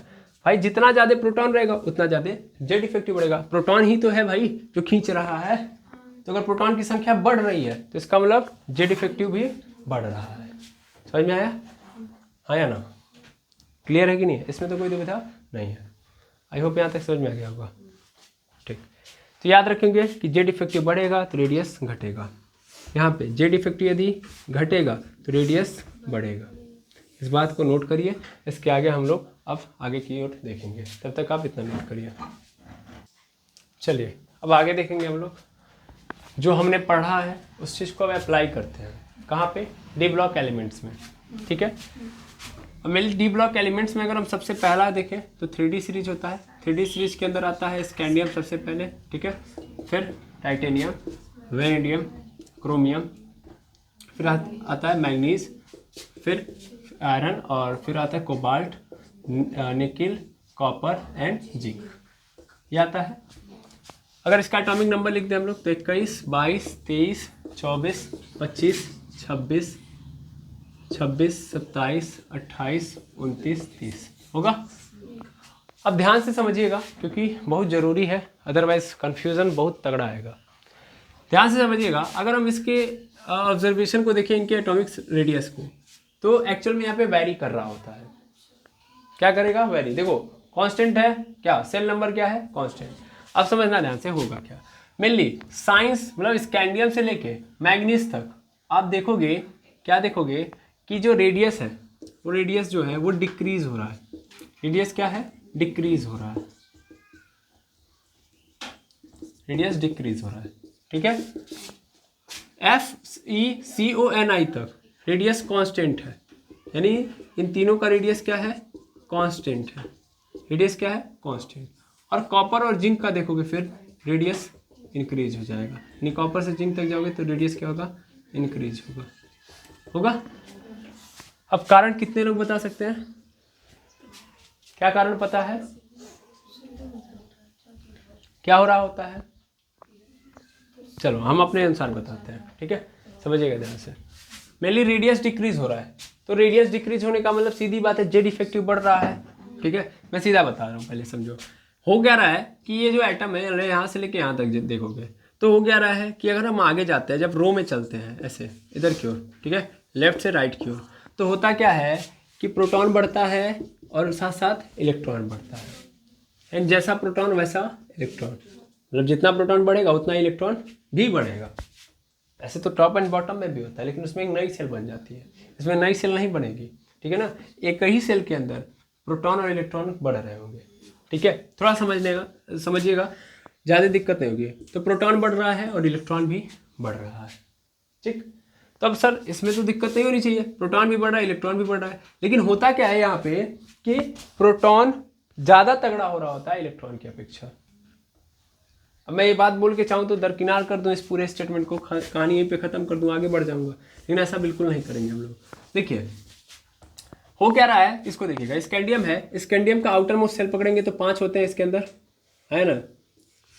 इसका हम देखेंगे ऑर्बिटल के अंदर देखेंगे तो डी ऑर्बिटल के अंदर अगर इसका देखा जाए तो क्या होगा, D1 होगा ना, है ना, 3D1 आउटर, मतलब डी के अंदर क्या होंगे, एक इलेक्ट्रॉन आएंगे, ठीक है, यानी यहाँ पे एक होगा। ऐसे टाइटेनियम में देखोगे तो यहाँ पे एक आ जाएगा, समझ में आ रहा है ना। ऐसे थोड़ा सा समझिएगा, बस थोड़ा सा फील करिएगा, ठीक है। तो यहाँ पे कितना आ जाएगा, 2। अभी पहले हम भरते कैसे हैं, एक एक करके भरते हैं, सब क्या है, अनपेयर्ड भरे जाएंगे, सब कैसे भरे जाएंगे, अनपेयर्ड, ऐसे भर रहे होंगे। पहले इलेक्ट्रॉन बढ़ रहा है, लेकिन कैसे बढ़ रहा है, अकेले अकेले। कैसे बढ़ रहा है, अकेले अकेले। जब ये अकेले अकेले बढ़ रहा है, जब ये अकेले अकेले बढ़ रहा है, तो जब तक इलेक्ट्रॉन हमारा अकेले अकेले है, ध्यान से समझिए, जब तक हमारा इलेक्ट्रॉन अकेले अकेले है तब तक प्रोटॉन इनको आराम से खींच रहा होगा, क्योंकि साथ साथ प्रोटॉन भी बढ़ रहा है, समझ में आ रहा है ना। तो प्रोटॉन भी बढ़ रहा है, एक प्रोटॉन एक इलेक्ट्रॉन, एक प्रोटॉन एक इलेक्ट्रॉन, तो हर इलेक्ट्रॉन को एक प्रोटॉन अटेंड कर रहा होगा। और यहाँ पे अभी ये क्या है, अकेले अकेले हैं, तो इनको आसानी से क्या कर लिया जाएगा, खींच लिया जाएगा। यानी इस कंडीशन में प्रोटॉन जो है इलेक्ट्रॉनों से क्या चल रहा है, तगड़ा चल रहा है, यानी जो शिल्डिंग इफेक्ट है वो यहाँ पे कमजोर है, बचाने वाले लोग क्या है, कमजोर है। रीजन बिहाइंड इट कि क्योंकि यहाँ पे इलेक्ट्रॉन सिंगल आ रहे हैं, अभी इस ऑर्बिटल के अंदर इलेक्ट्रॉन कैसे हैं, सिंगल है, समझ में आ रहा है। तो शिल्डिंग इफेक्ट इसलिए क्या है, कम है। तो 1 2 3 4 5 तक ये समस्या चलेगी जब तक ये सिंगल रहेंगे, ठीक है। 6 से देखना क्या होगी, यानी यहाँ से क्या होगी, यहाँ से अब ये डबल होना स्टार्ट हो जाएंगे, यहाँ से डबल। यानी आयरन में देखोगे तो आयरन का होता है 3d6, है ना, 3d6 डी ब्लॉक के अंदर 6 इलेक्ट्रॉन आ जाते हैं। तो 1 2 3 4 और 5 हो जाएगा। मेनली देखोगे तो यहाँ पे एक इलेक्ट्रॉन, दूसरा, तीसरा, चौथा और पांचवा, और यहाँ पे आ जाएगा छठवां। अब क्या हो गया, ये पेयर में आ गया, और जो ही पेयर में आया अब ये इलेक्ट्रॉन जो पहले आसानी से क्या कर ले रहा था, खींच ले रहा था, दैट मीन्स इसको बचाने वाला नहीं था, अब देखो बचाने वाला आ गया है। यानी इस इलेक्ट्रॉन को इसकी ओर खींचने से बचाने के लिए एक इलेक्ट्रॉन आ गया है, समझ में आ गया। तो वहीं पे दोनों जो ये खींचने का प्रक्रम था, यहाँ पे खींच रहे थे, ये भी खींच रहा था, मतलब खिंचा रहा था, धीरे धीरे ऐसे घट रहा था, लेकिन अचानक से बचाने वाला आ गया, इसलिए तुरंत क्या हो जाएगा, स्टॉप हो जाएगा घटना, ठीक है। फिर सेकेंड केस में भी यही होगा, सेकेंड केस में भी क्या हो जाएगा, फिर से एक और पेयरिंग हो जाएगी 27 के लिए। कोबाल्ट के लिए देखोगे तो क्या हो जाएगा, 3d7 हो जाएगा, 3d7। उस केस में क्या होगा, फिर वही कहानी, एक प्रोटॉन बढ़ा, एक इलेक्ट्रॉन भी बढ़ा, लेकिन इस इलेक्ट्रॉन को बचाने वाला आ चुका है, समझ में आ गया। तो फिर क्या होगा, फिर ये नहीं खींच पाएगा, रुक गया, ना ही आगे बढ़ा ना ही पीछे, रुक गया। फिर यहाँ पे देखिएगा, फिर एक प्रोटॉन बढ़ा और फिर यहाँ पे एक इलेक्ट्रॉन बढ़ा, फिर यहाँ पे क्या है, फिर क्या है कि फिर इसको बचाने के लिए आ चुका है ना। इस इलेक्ट्रॉन को खींचोगे, है ना, जो आया है इस इलेक्ट्रॉन को खींचना स्टार्ट करेगा प्रोटॉन, लेकिन उसके पहले एक इलेक्ट्रॉन है जो उसको क्या कर देगा, बचा लेगा। आया समझ में। तो शिल्डिंग इफेक्ट क्या हो गया, बढ़ गया। और इस केस में जब ये प्रोटॉन इसको खींचना चाहेगा तो इस केस में तो और खतरनाक, ये वाला यहाँ पे शील्डिंग इफेक्ट और ज़्यादा बढ़ जाएगा, और ज़्यादा बढ़ जाएगा। शील्डिंग इफेक्ट क्या हो जाएगा, और बढ़ जाएगा, और जेड इफेक्टिव और कम हो जाएगा। ध्यान देना, क्योंकि हम ये जानते हैं जेड इफेक्टिव घटने लगेगा अगर शील्डिंग इफेक्ट यानी सिग्मा क्या हो जाएगा, बढ़ेगा। यानी बचाने वाले इलेक्ट्रॉन बढ़ने लगे तो जेड इफेक्टिव को कम होना पड़ेगा, और जेड इफेक्टिव तभी बढ़ेगा जब बचाने वाले इलेक्ट्रॉन क्या हैं, कम है ना। क्लियर है, इस बात को याद रखिएगा। तो अगर बचाने वाले लोग नहीं हैं तो जेड इफेक्टिव बड़ा होगा, बचाने वाले लोग हैं तो जेड इफेक्टिव क्या होगा, छोटा होने लगेगा। तो यहाँ पे जेड इफेक्टिव कम होने लगेगा और यहाँ पे और कम हो जाएगा, तो इसलिए रेडियस क्या हो रहा है, इंक्रीज। समझ में आ रहा है, यानी अब ढकेल रहे हैं सब, ये सब क्या कर रहे हैं, ढकेल रहे हैं कि दूर रहो। समझ में आ नहीं आया, तो ये ढकेलने वाले आगे इसलिए इंक्रीज होने लगा। यहाँ पे क्या था, ऐसा था नहीं, ढकेलने वाले लोग थे नहीं, इसलिए डिक्रीज हो रहा था, और यहाँ पे क्या कांस्टेंट था। ठीक है, तो इस तरीके की व्यवस्था होती है इस पूरे के अंदर। 3D सीरीज के अंदर जो एटॉमिक रेडियस की कहानी देखोगे तो ऐसे होगा। रेडियस क्या हो रहा होगा, स्कैंडियम से लेके मैग्नीज तक क्या होगा, डिक्रीज होगा। क्यों होगा, आपको समझ में आ गया, क्योंकि इलेक्ट्रॉन अकेले अकेले थे तो शील्डिंग इफेक्ट कम था, तो इसलिए न्यूक्लियस तगड़े तरीके से खींच ले रहा था। यहाँ पे कांस्टेंट हुआ, क्यों कांस्टेंट हुआ ये भी समझ में आ गया, और यहाँ पे तो ज़्यादा लोग आ गए इसलिए क्या हो गया, बढ़ गया। क्लियर है। अब आता है 4D सीरीज की कहानी। तो 4D सीरीज में ऐसा क्या होता है, 4D सीरीज में सेम कहानी चल रही होगी। 4D सीरीज में सेम, कुछ अलग नहीं चलेगा, ऐसा नहीं कि चेंज होगा, सेम कहानी ऐसे ही चलेगी। क्लियर है, हाँ या ना। तो उसका भी देख लिया जाए, हाँ या ना। 1 मिनट के लिए पॉज करिए। देखिए अब हमारे पास आता है 4D सीरीज का। तो 4D सीरीज सेम होता है, same as like as 3D series element. ठीक है, 3D सीरीज एलिमेंट, क्योंकि वैसी ही व्यवस्था यहाँ भी होगी, हाँ या ना, यस और नो, सेम व्यवस्था होगी। सेल बस बढ़ेगा, है कि नहीं है, सेल बढ़ गया, लेकिन कहानी तो वैसे ही चलेगी, हाँ या ना। अब देखो कहानी में बस तुमको ये समझ लेना है कि जहाँ पे दिक्कतें हैं, जहाँ पे दिक्कतें हैं वहाँ पे काम करना है। जहाँ पे दिक्कतें हैं वहाँ पे काम करने का मतलब, जैसे हमको लग रहा है कि आपने कॉन्सेप्ट सीख लिया, अगर तो कॉन्सेप्ट सीख लिया आप लोगों ने तो फिर दिक्कत नहीं होगी। जैसे मैं समझाना चाहूँगा, जैसे मैं 4D सीरीज के एलिमेंट को लूँगा तो होगा यार ज़रा निभाना मौत तक, रूठे राहों में पड़े अगर कदम, है ना। Yttrium, zirconium, niobium, molybdenum, technetium, ruthenium, rhodium, palladium और सिल्वर एंड कैडमियम। ठीक है, इसका एटॉमिक नंबर लिखिए, कितना होगा, 39 होगा। यहाँ पे 40, 41, 42, 43, 44, 45, 46, 47, 48 हो गया। सबसे पहले इनका इलेक्ट्रॉनिक कॉन्फ़िगरेशन लिख लेते हैं, फिर बात करते हैं। तो मेनली हम लोगों को पता है कि इसमें चेंज कहाँ पे आता है, चेंज कहाँ गया पता है, कहाँ पे आता है, वहाँ पे क्या क्या नहीं दिखाई दिया था, वहाँ पे 4 और 9 नहीं दिखाई दिया था, यहाँ पे 3 और 9। ठीक है ना। तो मेनली नियोबियम से लेके कहानी चेंज होती है। ठीक है, तो यहाँ पे क्या होगा, यहाँ पे तो D1 होगा, यहाँ पे D2 होगा, यहाँ पे D3 होगा, हमको D ऑर्बिटल से लेना देना है। ठीक है, D3 होगा। यहाँ पे क्या हो जाएगा, यहाँ पे 3 नहीं नज़र आएगा, एक्चुअल में 4 हो जाएगा, D4 हो जाएगा। यहाँ पे क्या हो जाएगा, D5, D6, D7, D8, D10 हो जाता है, D10 हो जाता है, यहाँ भी D10, यहाँ भी D10। क्लियर है, ठीक है। अब इसमें कहानी को थोड़ा सा मैं हल्का सा वेरी करूँगा, मे भी हो सकता है एक्सेप्शनल केस बने, लेकिन मुझे फ़र्क नहीं पड़ता, मैं सीधी सीधी बात बताऊँगा। जब तक हमारे पास अनपेयर्ड इलेक्ट्रॉन रहेंगे ऑर्बिटल के अंदर, अनपेयर्ड इलेक्ट्रॉन समझ में आ रहा है ना, जब तक क्या बोलते हैं, कोई भी ऑर्बिटल भरा नहीं रहेगा, तब तक हमारा जो जेड इफेक्टिव होगा वो तगड़ा होगा। समझ में आ रहा है, खींचने वाली ताकत बड़ी होगी। तो यहाँ से लेके यहाँ तक देखिए क्या होगा, जेड इफेक्टिव बढ़ रहा होगा, हाँ या ना, जेड इफेक्टिव बड़ा होगा, यस और नो। और उस कंडीशन में रेडियस क्या होगा, छोटा होगा। क्लियर, यहाँ से देखो बढ़ना स्टार्ट हो जाएगा, हाँ या ना, बढ़ना स्टार्ट हो जाएगा। और बढ़ना स्टार्ट होने का मतलब देखो पेयरिंग स्टार्ट हो जाएगी, D6 से पेयरिंग स्टार्ट होती है, ऐसा नो, फिर D7 में भी पेयरिंग हो गई, D8 में भी पेयरिंग हो गई। तो इस कंडीशन में क्या होगा, जेड इफेक्टिव क्या हो जाएगा, रुक जाएगा, है ना, और आर भी क्या हो जाएगा, रुक जाएगा। यानी ये भी कांस्टेंट, मतलब ये अब बढ़ ही नहीं सकता क्योंकि रोकने वाला आ चुका है। सीधा कारण मैं बताऊँ तो सीधा कारण ये हो जाएगा कि यहाँ पे शील्डिंग इफेक्ट बढ़ने लगेगा। शील्डिंग इफेक्ट बढ़ने लगेगा तो रेडियस क्या होने लगेगा, रेडियस यहाँ पे कांस्टेंट हो जाएगा। समझ में आ रहा है, जेड इफेक्टिव बढ़ रहा होगा, लेकिन इसके साथ साथ क्या बोलते हैं, शील्डिंग इफेक्ट भी क्या है, बढ़ रहा है, तो इसलिए जेड इफेक्टिव को रुकना पड़ेगा। यहाँ पे देखिए स्टॉप मैंने मारा हुआ है, ठीक।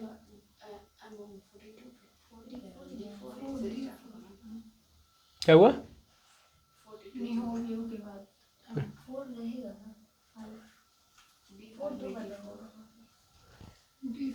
नहीं, अब देखिएगा वहाँ पे जाके, ठीक है। यहाँ पे देखिएगा, यहाँ पे चलिए देखिएगा, यहाँ पे कोई दिक्कत नहीं थी, जबरदस्ती रोका गया है। देखिएगा यहाँ पे सिग्मा जो है, सिग्मा यहाँ पे बढ़ना स्टार्ट होगा, तो आर भी क्या होने लगेगा? बढ़ने लगेगा, बढ़ने लगेगा। और जेड इफेक्टिव देखो घटने की बात नहीं मैं बोल सकता, ठीक है ना, यहाँ पे अपने आप कमज़ोर होने लगेगा, ठीक है। इसलिए मैं ये बोल सकता हूँ इस तरीके से, तो कमज़ोर समझिएगा इनके सामने, क्योंकि सिग्मा यहाँ पे क्या होने लगेगा? बढ़ने लगेगा। तो आई होप ये कहानी समझ में आ गई। तो सिमिलर है ना कहानी, जैसे पहले वाले की थी वैसे ही तो है ना। बस यहाँ पे क्या होगा कि वहाँ पे लास्ट के 2 एलिमेंट बढ़ रहे थे, यहाँ पे मैंने लास्ट के 3 एलिमेंट बढ़ रहे थे, क्योंकि मुझे पेयरिंग में ध्यान रखना है, ठीक है ना। पेयरिंग जहाँ पे होगी शील्डिंग इफेक्ट बढ़ जाएगा, जेड इफेक्टिव क्या हो जाएगा? कम। क्लियर है? बस सिंपल यही काम अपनाना है अपने आप में, ठीक है। तो लगभग क्या है? सेम, ठीक। क्लियर रखना है, क्या रखना है कि जो शील्डिंग इफेक्ट होता है वो डायरेक्टली प्रोपोर्शनल होता है रेडियस के। शील्डिंग इफेक्ट बढ़ेगा तो रेडियस बढ़ेगा, ठीक है। और जेड इफेक्टिव के इनवर्स प्रोपोर्शनल होता है रेडियस। तो ये 2 बातें अगर आप पकड़ लेंगे तो अपने आप काम चलेगा, है ना। तो 3D सीरीज 4D सीरीज तो लगभग सेम है, कॉन्सेप्ट भी समझ में आ गया। लेकिन अब हम चलते हैं 5D सीरीज में, जहाँ पे कहानी में ट्विस्ट आएगा, ठीक है। तो चलिए उसको देख लेते हैं हम लोग।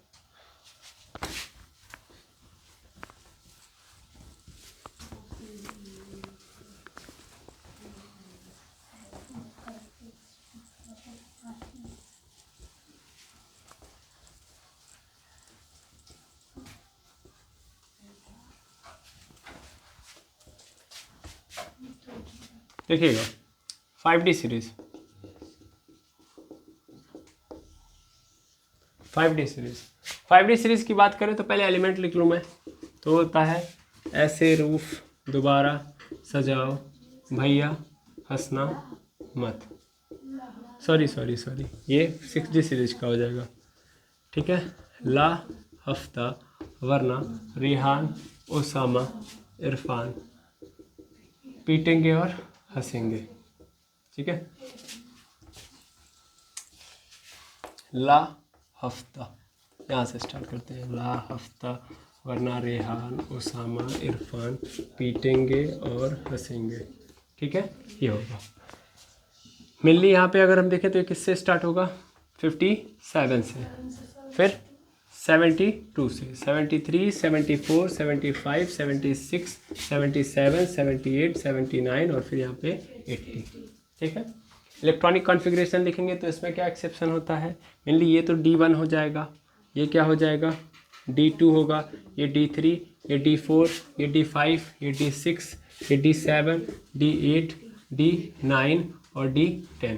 तो मेनली गायब कहाँ पे होता है? यहाँ पे D10 हो जाता है। और तो कोई एक्सेप्शन है? कोई एक्सेप्शन है? नहीं, और कोई एक्सेप्शन नहीं है, सिर्फ और सिर्फ ऑरम एक्सेप्शन है। बिल्कुल नहीं, एक्चुअल में एक्सेप्शन यहाँ से स्टार्ट होगा, ठीक है। याद रखिएगा, यहाँ पे जो आप देख पा रहे हो, यहाँ पे एक्चुअल में हमारे पास D9 आएगा, ठीक है। और यहाँ पे फिर क्या बन जाएगा? D10। 8 गायब होता है, ठीक है, 8 गायब होता है इसमें। फिर लास्ट वाला जो आता है सीरीज, उसमें 9 गायब रहता है। तो जब 8 पे इफेक्ट पड़ेगा तो 100% यहाँ वाले पे इफेक्ट पड़ेगा। मैंने इस चीज़ को बड़े अच्छे से एनालिसिस करवाया। तो D9 फिर D10, फिर अगला भी D10 होगा। तो हम फिर उस ऑब्जर्वेशन के साथ जा सकते हैं कि जो पिछला वाला क्लास था, मतलब पिछले वाले जो है 4D और 3D, वो उसके तरीके से काम करें पेयरिंग पे, तो काम बन जाएगा, है ना। ऐसा बनना चाहिए, यस आर नो। और दूसरी सबसे बड़ी बात ये जान लो कि अगर तुम थोड़ा सा ऑब्जर्व कर पाओ तो देखो ध्यान से, तो यहाँ पे 57 है, यहाँ पे क्या आ गया? 72 आ गया। अगर ध्यान से देखें तो D1 से लेके D2 तक ध्यान से देखा जाए तो जब हमारे पास देखो पहला जब आ रहा है इलेक्ट्रॉन, ये 1 2 3 4 और यहाँ पे क्या है? 5 है। तो यहाँ पे एक इलेक्ट्रॉन आया, और जब दूसरा इलेक्ट्रॉन आ रहा है तो उस दूसरे इलेक्ट्रॉन के आने से पहले 14 इलेक्ट्रॉन और आ जा रहे हैं, समझ में आ रहा है? तो उस अनुसार अगर हम बात करें तो क्या हमको नज़र आ रहा है कि ऐसे ऐसे समझो, मैं यहाँ पे एक एटम को लेके समझाता हूँ। जैसे मान लो ये क्या है, हमारा न्यूक्लियस है, ये चारों ओर क्या है, रेडियस है, और यहाँ पे क्या है हमारे पास, पहले D था लेकिन अब D2 हुआ, और D2 के बीच में कितने इलेक्ट्रॉन आ गए हैं, 14। जबकि इसके पहले वाले में केस में देखो कि ये था, मतलब ऐसे मान लेता हूँ, जनरल वे में मैं लेके चलूँगा, ठीक है। यहाँ पे क्या है मेरे पास, यहाँ पे D1 है और बीच में खाली है, ठीक है ना। तो सीधी बात है ना, D1 है तो इसको तो खींच ही लेगा न्यूक्लियस, अपना खींच लेगा, समझ में आ रहा है। लेकिन जब D2 की बात आएगी तो न्यूक्लियस नहीं ना खींच पाएगा, क्योंकि बीच में शिल्डिंग इफेक्ट तो बढ़ गया ना। शिल्डिंग इफेक्ट क्या हो गया, बढ़ गया। क्यों बढ़ गया, क्योंकि 14 इलेक्ट्रॉन आ चुके हैं इस बार। तो यहीं से तो क्या हो जाएगा, अब खींच नहीं पाएगा, है ना, चेंज होना चाहिए। लेकिन ऐसा बिल्कुल नहीं होता है। अगर हम पिछले कौन, देखो मैं दोनों को समझ करके चलूंगा, आपको लगेगा कि कन्फ्यूजन पैदा होगा, लेकिन हम कह रहे हैं कि कन्फ्यूजन बिल्कुल नहीं होगा अगर आप चीज़ों को पकड़ेंगे। मैं पहले अपने कॉन्सेप्ट को मिलाऊंगा, यहाँ पे मैंने मिला दिया, मैच करा दिया कि देखो यार इलेक्ट्रॉन बढ़ गए अगर बीच में, तो 100% क्या है, 100% शिल्डिंग इफेक्ट बढ़ जाएगा। शिल्डिंग इफेक्ट बढ़ जाने का मतलब है रेडियस क्या हो जाएगा, बढ़ना स्टार्ट हो जाएगा। लेकिन प्रॉब्लम क्या है, तो प्रॉब्लम है कि ये जो इलेक्ट्रॉन आए हैं इनका शिल्डिंग इफेक्ट बड़ा खराब होता है। कारण क्या है, इसको समझा रहा हूं मैं, देखना कैसे। इनका काम है बचाना, लेकिन देखना क्या होगा, प्रॉब्लम क्या होगी। मेनली अगर हम शिल्डिंग इफेक्ट की बात करें, शिल्डिंग इफेक्ट की बात करें, तो शिल्डिंग इफेक्ट जो होता है बारी बारी हर ऑर्बिटल का, तो मैं पहले सबसे पहले एस ऑर्बिटल का लेता हूँ। तो एस ऑर्बिटल के अंदर अगर 2 इलेक्ट्रॉन है, एक ऑर्बिटल के अंदर 2 इलेक्ट्रॉन होंगे, एस ऑर्बिटल का शेप यही होता है, तो इसके दोनों इलेक्ट्रॉन यहीं पे रहेंगे। फिर पी का अगर हम देखें तो पी का ऐसा होता है, तो एक इसमें और एक इसमें रहेगा, बिल्कुल ऐसे चल रहा होगा। और डी का अगर देखा जाए ऐसे होगा, आया ना, एक इसमें, एक इसमें, एक इसमें और एक इसमें, क्लियर है, ऐसे चलेगा, ठीक है। और एफ वाले की बात करोगे तो मैंने पहले ही बताया था ये बड़ा खतरनाक होता है ना। तो अगर ध्यान से मैं ऑब्जर्व करूं तो हो क्या रहा है, हो ये रहा है कि देखो ये जितना पास रहेंगे उतना दूसरे को प्रोटेक्ट करेंगे। तो एस में तो अच्छा प्रोटेक्ट कर रहे हैं, जब पी में पहुंचे तो अब इन दोनों इलेक्ट्रॉनों के बीच में क्या बढ़ गई, दूरी बढ़ गई, है या ना। तो यहाँ पे शिल्डिंग इफेक्ट क्या हो जाएगा, कम, है या ना। यानी एस का शिल्डिंग इफेक्ट पी वाले से ज़्यादा होगा। जब पी के रिस्पेक्ट में हम डी को देख रहे हैं तो डी में और दूर हो गए, और दूर हो गए, तो इसका मतलब इसका तो शिल्डिंग इफेक्ट और कम हो गया, ठीक है। फिर हम कहाँ पे आ गए, यहाँ पे। मेनली यार एक काम पहले ये समझ लो कि ऐसा नहीं होता कि सब में होता है। मैंने देखो बाय मिस्टेक यहाँ पे सब में डाल दिया है भाई, और ये एक ऑर्बिटल है, ठीक है ना। तो एक यहाँ पे होगा और एक कहीं और होगा, ऐसा मत समझ लेना चारों लोब ही हैं, ठीक है ना। ऐसे ऐसे होगा तो और दूर हो गए, और एफ में तो फिर और दूर हो जाएंगे ना। तो इसका मतलब बचाने का जो इनका प्रोविज़न है या जो पावर है वो कम होते जाएगा, क्योंकि ये दूर होते जा रहे हैं। तो शिल्डिंग इफेक्ट क्या हो रहा होगा, कमजोर हो रहा होगा। एफ में तो एकदम कमजोर होगा, समझ में आ रहा है ना। जितने पास रहेंगे उतने ही हम सेव कर सकते हैं इनको। लेकिन हम देख रहे हैं कि जितना हम ऑर्बिटल, मतलब एस में थे तो पास थे, पी में गए तो और दूर हो गए इलेक्ट्रॉन, डी में गए तो और दूर हो गए, और एफ में गए तो बहुत दूर हो गए इलेक्ट्रॉन, है कि नहीं है। वैसे ही बहुत कॉम्प्लेक्स है ये, तो बहुत ज़्यादा दूर हो गए होंगे इलेक्ट्रॉन। तो अब इन इलेक्ट्रॉन इतने दूर हो चुके हैं कि इनके होने या ना होने से कोई फर्क नहीं पड़ता है, समझ में आ रहा है, ये स्थिति है। जैसे बहुत अच्छा खासा रिश्ता है, लेकिन जब एक बार दूरी आ जाती है, इतनी दूरी आ गई, इतनी दूरी, कोई कारणवश, किसी कारणवश या कोई भी समस्या हो गई, या हो सकता है कि स्थान चेंज हो गया, अलग अलग जगहों पे बहुत दूर दूर रह रहे हैं, तो फिर उस रिश्ते का होना या ना होना कोई फर्क नहीं पड़ता है, समझ में आ रहा है। सेम कहानी यहाँ पे इलेक्ट्रॉनों के केस में है। इलेक्ट्रॉन बहुत दूर दूर हो चुके हैं, इतने दूर हो चुके हैं कि अब ये इलेक्ट्रॉन दूसरे इलेक्ट्रॉन की कोई मदद नहीं कर सकते, समझ आया ना। तो एफ तक जाते जाते यही समस्या उत्पन्न होती है, और इसी कारण क्या होगा कि ये किसी भी प्रकार का इफेक्ट नहीं पैदा कर सकते, ठीक है ना। ये पहली बात। दूसरी बात और सुन लो, दूसरी बात जानते हो क्या, सुन लो। दूसरी बात ये सुन लो कि एक्चुअल में ये समझ लेना, क्या समझ लेना कि 4D सीरीज का चलता तो है 3D सीरीज की तरह से, 4D सीरीज का 3D सीरीज की तरह चलता है, बट 4D सीरीज का जो एटॉमिक रेडियस होता है वो 3D से ज़्यादा होता है, बड़ा होता है, सेल बढ़ा है, सेल बढ़ा है कि नहीं बढ़ा है, इस बात को पहले पकड़ना बहुत जरूरी है। अगर नहीं पकड़ोगे तो दिक्कत होगी यार। इस चीज को, कॉन्सेप्ट को मैं इसीलिए यहाँ पे लाके अब समझाऊंगा। 4D सीरीज चल रहा है 3D की तरह, बट 4D सीरीज का एटॉमिक रेडियस बड़ा होगा 3D सीरीज के रिस्पेक्ट में, ठीक है। और बड़ा होने का मतलब है, मैं यहाँ पे बोल दे रहा हूँ, 4D सीरीज का एटॉमिक रेडियस 3D से बड़ा है। बट जो 5D है ना, वो 5D का इक्वल है, यानी 5D का रेडियस नहीं बढ़ा है, भले ही सेल बढ़ा है। अब पकड़ना जरूरी है, मैंने क्या बोला, सेल बढ़ा है। देखो 3D का 4D के तरह चला है, तो 4D का 3D की तरह चला, जैसे उसके अंदर कॉन्सेप्ट था वैसे इसमें भी कॉन्सेप्ट था, ये बता रहा हूँ मैं। लेकिन ध्यान देना, एक कारण आया ना कि ये बड़ा क्योंकि एक सेल नंबर ऐड हो गया। लेकिन जब 4D और 5D की बात करेंगे तो 4D और 5D सिमिलर होते हैं। 4D और 5D क्या होते हैं, सिमिलर होते हैं, यानी इनके अंदर कोई भी चेंज नहीं आता है, भले ही क्या हुआ है, सेल बड़ा है। जानते हैं कारण क्या है, क्योंकि इनके बीच में जो बचाने वाले इलेक्ट्रॉन आए हैं वो इतने दूर दूर हैं कि फिर क्या हो गया, बचा ही नहीं पाए, इसलिए पुनः जो सेल बढ़ी है वो फिर से वहीं पे शिफ्ट हो जा रही है। अब मैं इसको समझाऊंगा। ये बात समझ में आ गई कि शील्डिंग इफेक्ट एफ का क्या होता है, खराब होता है, ठीक है। तो हुआ क्या, इसको देख लेते हैं हम लोग।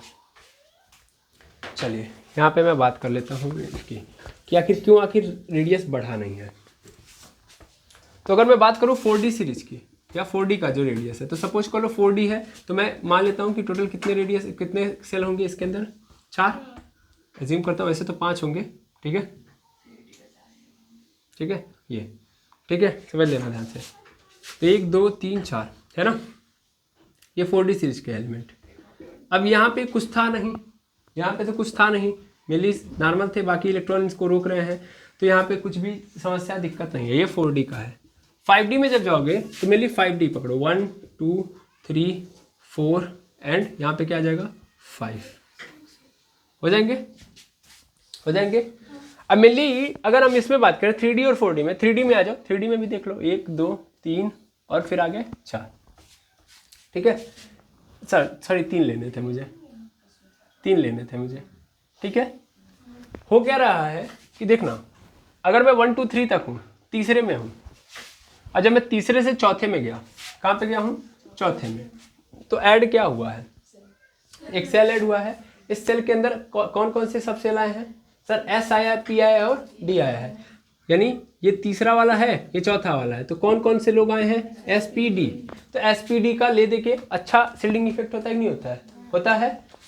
3 से और 4 के बीच में कौन लोग आ गए हैं, SPD आ गए हैं। अगर SPD आ गए, ध्यान समझिएगा, SPD आ गए तो SPD का शील्डिंग इफेक्ट ठीक होता है ना, उतना तो खराब नहीं होता है, सबसे खराब तो F का होता है ना।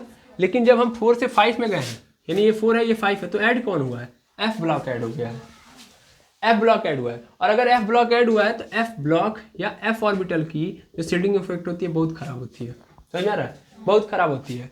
यानी देखो, अब पहले समझना, ध्यान से देखना, यहाँ पे 3 था, तो मतलब इलेक्ट्रॉन पूछ रहे होंगे 3 टाइप में, ठीक है ना। यहाँ पे 4 हुआ तो 4 हुए, मतलब इधर अगर एक सेल बड़ी है तो उस अनुसार प्रोटॉन भी तो बड़े हैं, सेल भी बड़ी है, प्रोटॉन भी बड़ा है, रेडियस बड़ा है, समझ में आ रहा है, लेकिन प्रोटॉन भी तो बड़े हैं। अब प्रोटॉन बढ़ा है तो ये खींचेगा ही खींचेगा, लेकिन यहाँ पे ये लोग बचाने वाले हैं कि नहीं है, ये लोग बचा ले रहे हैं। यहाँ पे आओ तो यहाँ पे भी क्या हुआ, एक सेल बढ़ गए, प्रोटॉन भी बढ़ गए, तो अभी प्रोटॉन खींच रहा है, लेकिन बचाने वाले क्या है, कमजोर है। इसलिए अंततः ये क्या करेगा, अंततः चूंकि प्रोटॉन की संख्या बढ़ गई है, तो प्रोटॉन की संख्या बढ़ जाने का मतलब स्क्रीनिंग इफेक्ट बढ़ा है। स्क्रीनिंग इफेक्ट बढ़ने के कारण, स्क्रीनिंग इफेक्ट बड़ा है, शील्डिंग इफेक्ट बहुत छोटा हो चुका है, क्योंकि बचाने वाले कमजोर हैं, तो इस 5 को खींच के फिर कहाँ दौड़ा दिया जाएगा, कहाँ पे 4 पे ला कर दिया जाएगा, क्योंकि F ब्लॉक का शील्डिंग इफेक्ट बहुत खराब है, ठीक है ना। F ऑर्बिटल का शील्डिंग इफेक्ट बहुत खराब है, उसके इलेक्ट्रॉन बहुत दूर दूर है, ठीक है। तो इसीलिए 5 वाले क्या बोलते हैं, सेल को खींच के कहाँ ला दिया जाएगा, 4 पे। आई बात समझ में, क्लियर है, इसमें कोई दुविधा नहीं होनी चाहिए, ठीक है। और एक्चुअल में ये 4D 5D सीरीज तक तो ठीक है, जब हम 6D सीरीज में जाते हैं तो NCERT वहीं पे ब्रेक मार देती है कि नहीं है। NCERT क्या मार देती है, ब्रेक, कहती है कि भाई आपको 5D तक समझ लीजिए, ठीक है ना, क्लियर है। तो 5D तक ही हमको ऑब्जर्व करके दिया गया, बाकी 6D सीरीज का ऑब्जर्वेशन हमारे पास नहीं है, है, लेकिन बहुत कॉम्प्लेक्स है, इसीलिए उसको उतना एक्चुअल में नहीं समझाया जा सकता। वहाँ भी आपको इफेक्ट मिलेगा देखने के लिए। तो अगर आपसे कोई कारण पूछे कि ये बताओ कि आखिर 4D 5D के बराबर कैसे हो गया, 3D से बड़ा है 4D, चल तो 4D 3D के तरह चल रहा है, लेकिन 4D बड़ा है, फिर भी सेल बड़ा है और इसके अंदर शील्डिंग इफेक्ट भी आया है जिसने रेडियस को बढ़ा रखा है, लेकिन 5D का एटॉमिक रेडियस 4D के बराबर है। क्यों आखिर ऐसा है? तो इसका कारण है यहाँ पे लैंथेनम कॉन्ट्रैक्शन। ठीक है, कारण बताएंगे कि लैंथेनम के कारण कॉन्ट्रैक्शन आ गया, आया लैंथेनम सीरीज और बीच में क्या आ गया, एफ ब्लॉक, और इस एफ ब्लॉक ने सब गड़बड़ा दिया। इसका शील्डिंग इफेक्ट क्या था, बहुत खराब था, इसके कारण रोकने वाले बहुत कमजोर लोग आ गए, इसके कारण 5 सरक के कहाँ पे चलाया, 4 पे, कॉन्ट्रैक्ट हो गया, वो सिकुड़ गया। समझ में आया कि नहीं आया? तो आई होप आपको एटॉमिक रेडियस की कहानी समझ में आ गई, हाँ या ना? तो अगर हम इसका रेडियस लिखना चाहें यहाँ पे, मैं इसको यहाँ से मिटा दूँ, ये सब तो आपको समझ में आ गया होगा, सब बातें आप खुद से नोट करेंगे ज़्यादा बेटर होगा, कारण वारण सब समझ में आ गया होगा। अब मैं इसको लिखूंगा तभी आपको समझ में इतना ही मजा आएगा। मेरा काम है समझाना, आपका काम है समझना। तो मैं यहाँ पे रेडियस के बारे में बात बोल सकता हूँ कि जो लैंथेनम है इसका जो रेडियस है वो बराबर है किसके, यट्टेरियम के। हाफनियम का जो है वो किसके बराबर होगा, जिरकोनियम के। टेंटेरम का जो है वो नियोबियम के है ना, नियोबियम के है। वॉल्फ्रेमम का जो है वो किसके है, मोलिब्डेनम के। और ये 13 नहीं बना रहा हूँ मैं, याद रखिएगा। एक काम करते हैं, ऐसे कर देते हैं, 13 लगेगा आपको, ठीक है। यहाँ पे रेनियम का जो है वो किसकी तरह है, टेक्नीशियम की तरह है। ऑस्मियम का रोडियम,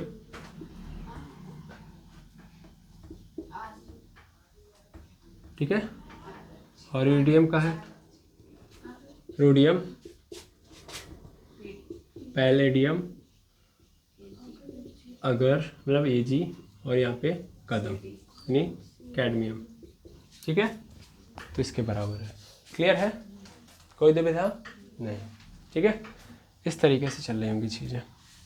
इसका होता है 39, 40, 41, 42, 43, 44, 45, 46, 47, 48। अब इसका आप ग्राफ बनाना चाहो तो बना सकते हो, हाँ या ना।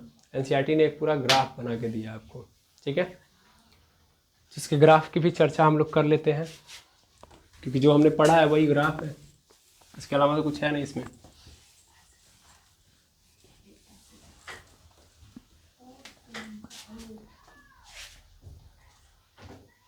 ठीक है, मेनली समझिएगा ध्यान से। यहाँ से डायरेक्ट हम बना लेते हैं,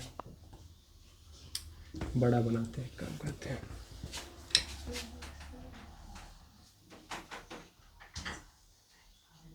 ठीक है, यहाँ पे एक एक करके हम लोग पॉइंट टू पॉइंट एलिमेंट्स को डाल देते हैं। 10 एलिमेंट्स को डालते हैं यहाँ पे। 1 scandium, vanadium, chromium, titanium, vanadium, chromium, manganese, iron, cobalt, nickel, copper, zinc. यहाँ तक आएगा तो लाइन को यहीं पेंट कर देंगे, ठीक। इसके जस्ट नीचे बाकी लोगों को भी लिख लीजिए। इसके नीचे है हमारे पास yttrium, zirconium, niobium, molybdenum, technetium, ruthenium, rhodium, palladium, silver और कैडमियम। इसके बाद लैंथेनम, हाफनियम, वॉल्फ्रेमम यानी टंगस्टन, सॉरी टेंटेरम है पहले, ठीक है। फिर wolfram, rhenium, osmium, sorry iridium, platinum, aurum और मरकरी, ठीक है, ले लिया। और यहाँ पे स्टार्ट कहाँ से करेंगे, मेनली 10 से भी कर सकते हो, 12 से भी कर सकते हो, जो हमारे पास है हम उसको लेके चलेंगे। यहाँ पे 12, फिर 13, यहाँ पे 14, यहाँ पे 15, ठीक है। मेनली ये क्या है, तो ये रेडियस की साइज़ है, रेडियस की साइज है। सर किस में है? नैनोमीटर में। ठीक है, इसमें है नैनोमीटर में है। क्लियर है? अब स्टार्ट किया जाए। बिल्कुल। अब देखिएगा ध्यान से, मेनली हम क्या करेंगे, जो हमारा चालू होगा तो सबसे पहले आप सबको पता है हम लोगों ने जैसे भी लिखा हुआ है, अगर मैं इसको इसी साइड से लेके चलूँ या तो सबसे पहले घटता है, सबसे पहले घटता है फिर बढ़ता है। अगर मैं इधर से लेके चलूँगा तो हाँ या ना, इसको इधर लिख लो, सबसे बेटर है। 12, 13, 14 फिर 15 हो गया। तो सबसे पहला जो स्टार्ट होगा वो कहाँ से होगा? 14 से होगा। ठीक है ना, यानी 14 रहेगा, फिर यहाँ से स्टार्ट होगा, घटते जाएगा। कहाँ तक घटेगा? Fe तक घटेगा। ठीक है, तो ऐसे घटाते चले जाइए आप। ठीक है, फिर ऐसे यहाँ से सीधा कर लेंगे, सीधा करने के बाद फिर ऊपर उठा के लेके चले जाएंगे। समझ में आया कि नहीं आया? इस लाइन को इधर से मिटा दीजिए। ठीक है, ऐसे। क्लियर है? ये बढ़ जाता है पूरा। ठीक है, इसमें कोई दुविधा नहीं होनी चाहिए। ओके, ठीक। देखिए कहाँ पे, एक तो इस पॉइंट से लेके इस पॉइंट तक कांस्टेंट रहा कि नहीं रहा? इधर घटा, इधर फिर क्या हो गया? बढ़ गया। इसी चीज़ को फॉलो अगला वाला भी करेगा। ऐसा नहीं कि अगला वाला नहीं फॉलो करेगा, अगला वाला भी सेम बातों को फॉलो करेगा। अगला वाला बस कहाँ से स्टार्ट हो जाएगा? 15 से। ठीक है, तो वो भी ऐसे ही चलेगा। समझ में आ रहा है? समझ में आया कि नहीं आया? तो सेम कहानी हम लोग प्लॉट करेंगे तो है ना, ये ऊपर चला जाएगा ऐसे ही। और इसी चीज़ को कौन लेके चल रहा होगा? उसके अगला वाला। देखो ये क्या है? ये है स्कैंडियम का। ठीक है, ये क्या है? ये वाला दूसरा 4D सीरीज है ना, और 5D सीरीज का भी यहीं से होगा। मतलब इसी पे ये चल रहा होगा। ठीक है, उसी पे चलेगा। तो मैं इसको लिख देता हूँ, ये कौन सा सीरीज है? 5D series.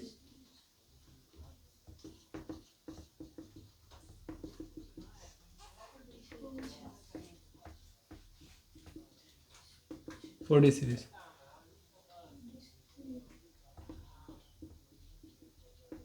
Three D series. ठीक, इस तरीके से आप ग्राफ को प्लॉट कर लेंगे। आई होप समझ में आ गया होगा कि एटॉमिक रेडियस का ग्राफ कैसे बनाना है।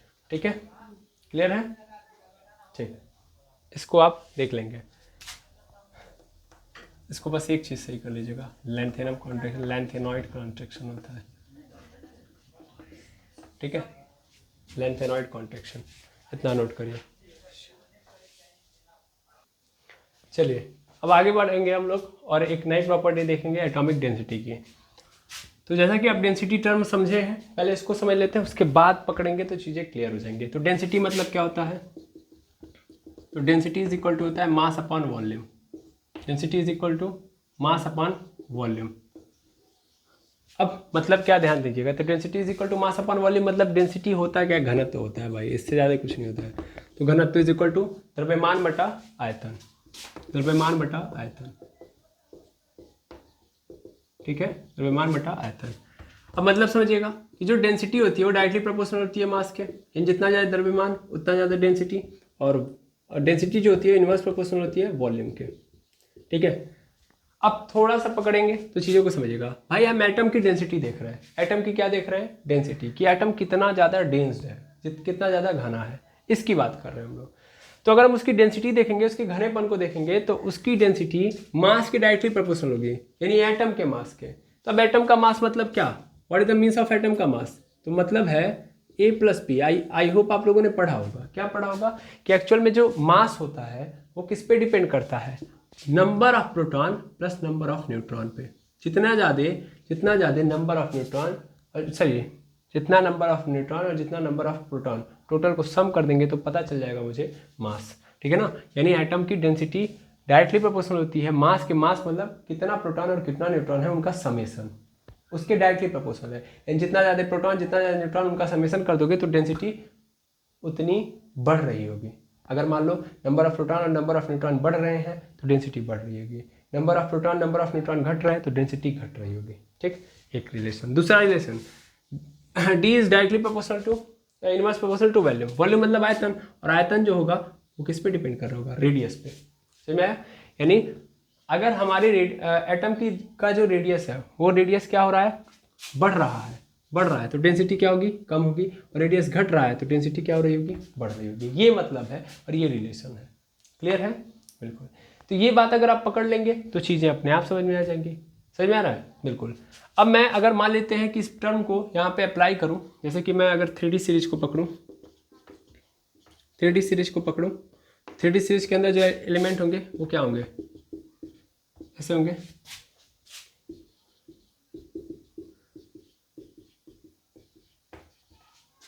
ठीक, तो साइंस टीचर वेरी क्लोर मांगे फेयर कॉपी निखिल क्यों जाने, ये है। अब मेनली हम लोगों ने क्या पढ़ा है, हमने ये पढ़ा है कि देखिए यहाँ से लेके यहाँ तक रेडियस क्या होता है, कम होता है। तो रेडियस क्या होगा, कम, रेडियस कम है। यहाँ से यहाँ तक कांस्टेंट, यहाँ से यहाँ तक कांस्टेंट, और यहाँ से यहाँ तक बढ़ेगा, रेडियस क्या होगा, बढ़ेगा। ठीक है, तो यहाँ से यहाँ तक रेडियस कम, यहाँ कांस्टेंट, और यहाँ क्या होगा, बढ़ेगा। अब देखना ध्यान से, जैसा कि मैंने अभी बताया कि डेंसिटी जो होती है डायरेक्टली प्रोपोर्शनल होती है मास के, यानी मास के पर प्रोपोर्शनल हो रही होगी, और रेडियस की क्या होगी, इनवर्स प्रोपोर्शनल होगी। तो यहाँ पे रेडियस क्या हो रहा है, यहाँ से लेके यहाँ तक रेडियस कम हो रहा है। रेडियस कम होने का मतलब क्या है, रेडियस कम होने का मतलब यहाँ पे सीधी सीधी बात है, डेंसिटी इंक्रीज होगी, डेंसिटी बढ़ेगी, डेंसिटी बढ़ेगी, क्योंकि रेडियस क्या हो रहा है, कम हो रहा है। तो इस नाते डेंसिटी क्या हो रही होगी, बढ़ रही होगी। यहाँ पे क्या है, रेडियस कांस्टेंट हो गया, ना बढ़ रहा है ना घट रहा है। लेकिन रेडियस कांस्टेंट हुआ है तो क्या मास भी कांस्टेंट हो गया, नहीं, मास तो बढ़ रहा होगा ना, मास तो बढ़ रहा है ना। ये 26 है, ये 27 है, ये 28 है। ठीक है, मैं ज़्यादा इसमें तर्क नहीं करूँगा। तो ऐसे मैं मान सकता हूँ कि 26 इसके अंदर प्रोटॉन होंगे और 26 क्या होंगे, न्यूट्रॉन होंगे। एज्यूम कर रहा हूँ बस मैं इसको। अगर मैं देखूँ तो 27 प्रोटॉन हो जाएंगे और 27 न्यूट्रॉन हो जाएंगे, यस और नो। यहाँ पे आओगे देखोगे तो यहाँ पे 28 न्यूट्रॉन और 28 प्रोटॉन हो जाएंगे। तो क्या हुआ, बढ़ गया कि नहीं बढ़ गया, एक प्रोटॉन और एक न्यूट्रॉन यहाँ बढ़ गया, एक प्रोटॉन और एक न्यूट्रॉन यहाँ बढ़ गया, एक प्रोटॉन और एक न्यूट्रॉन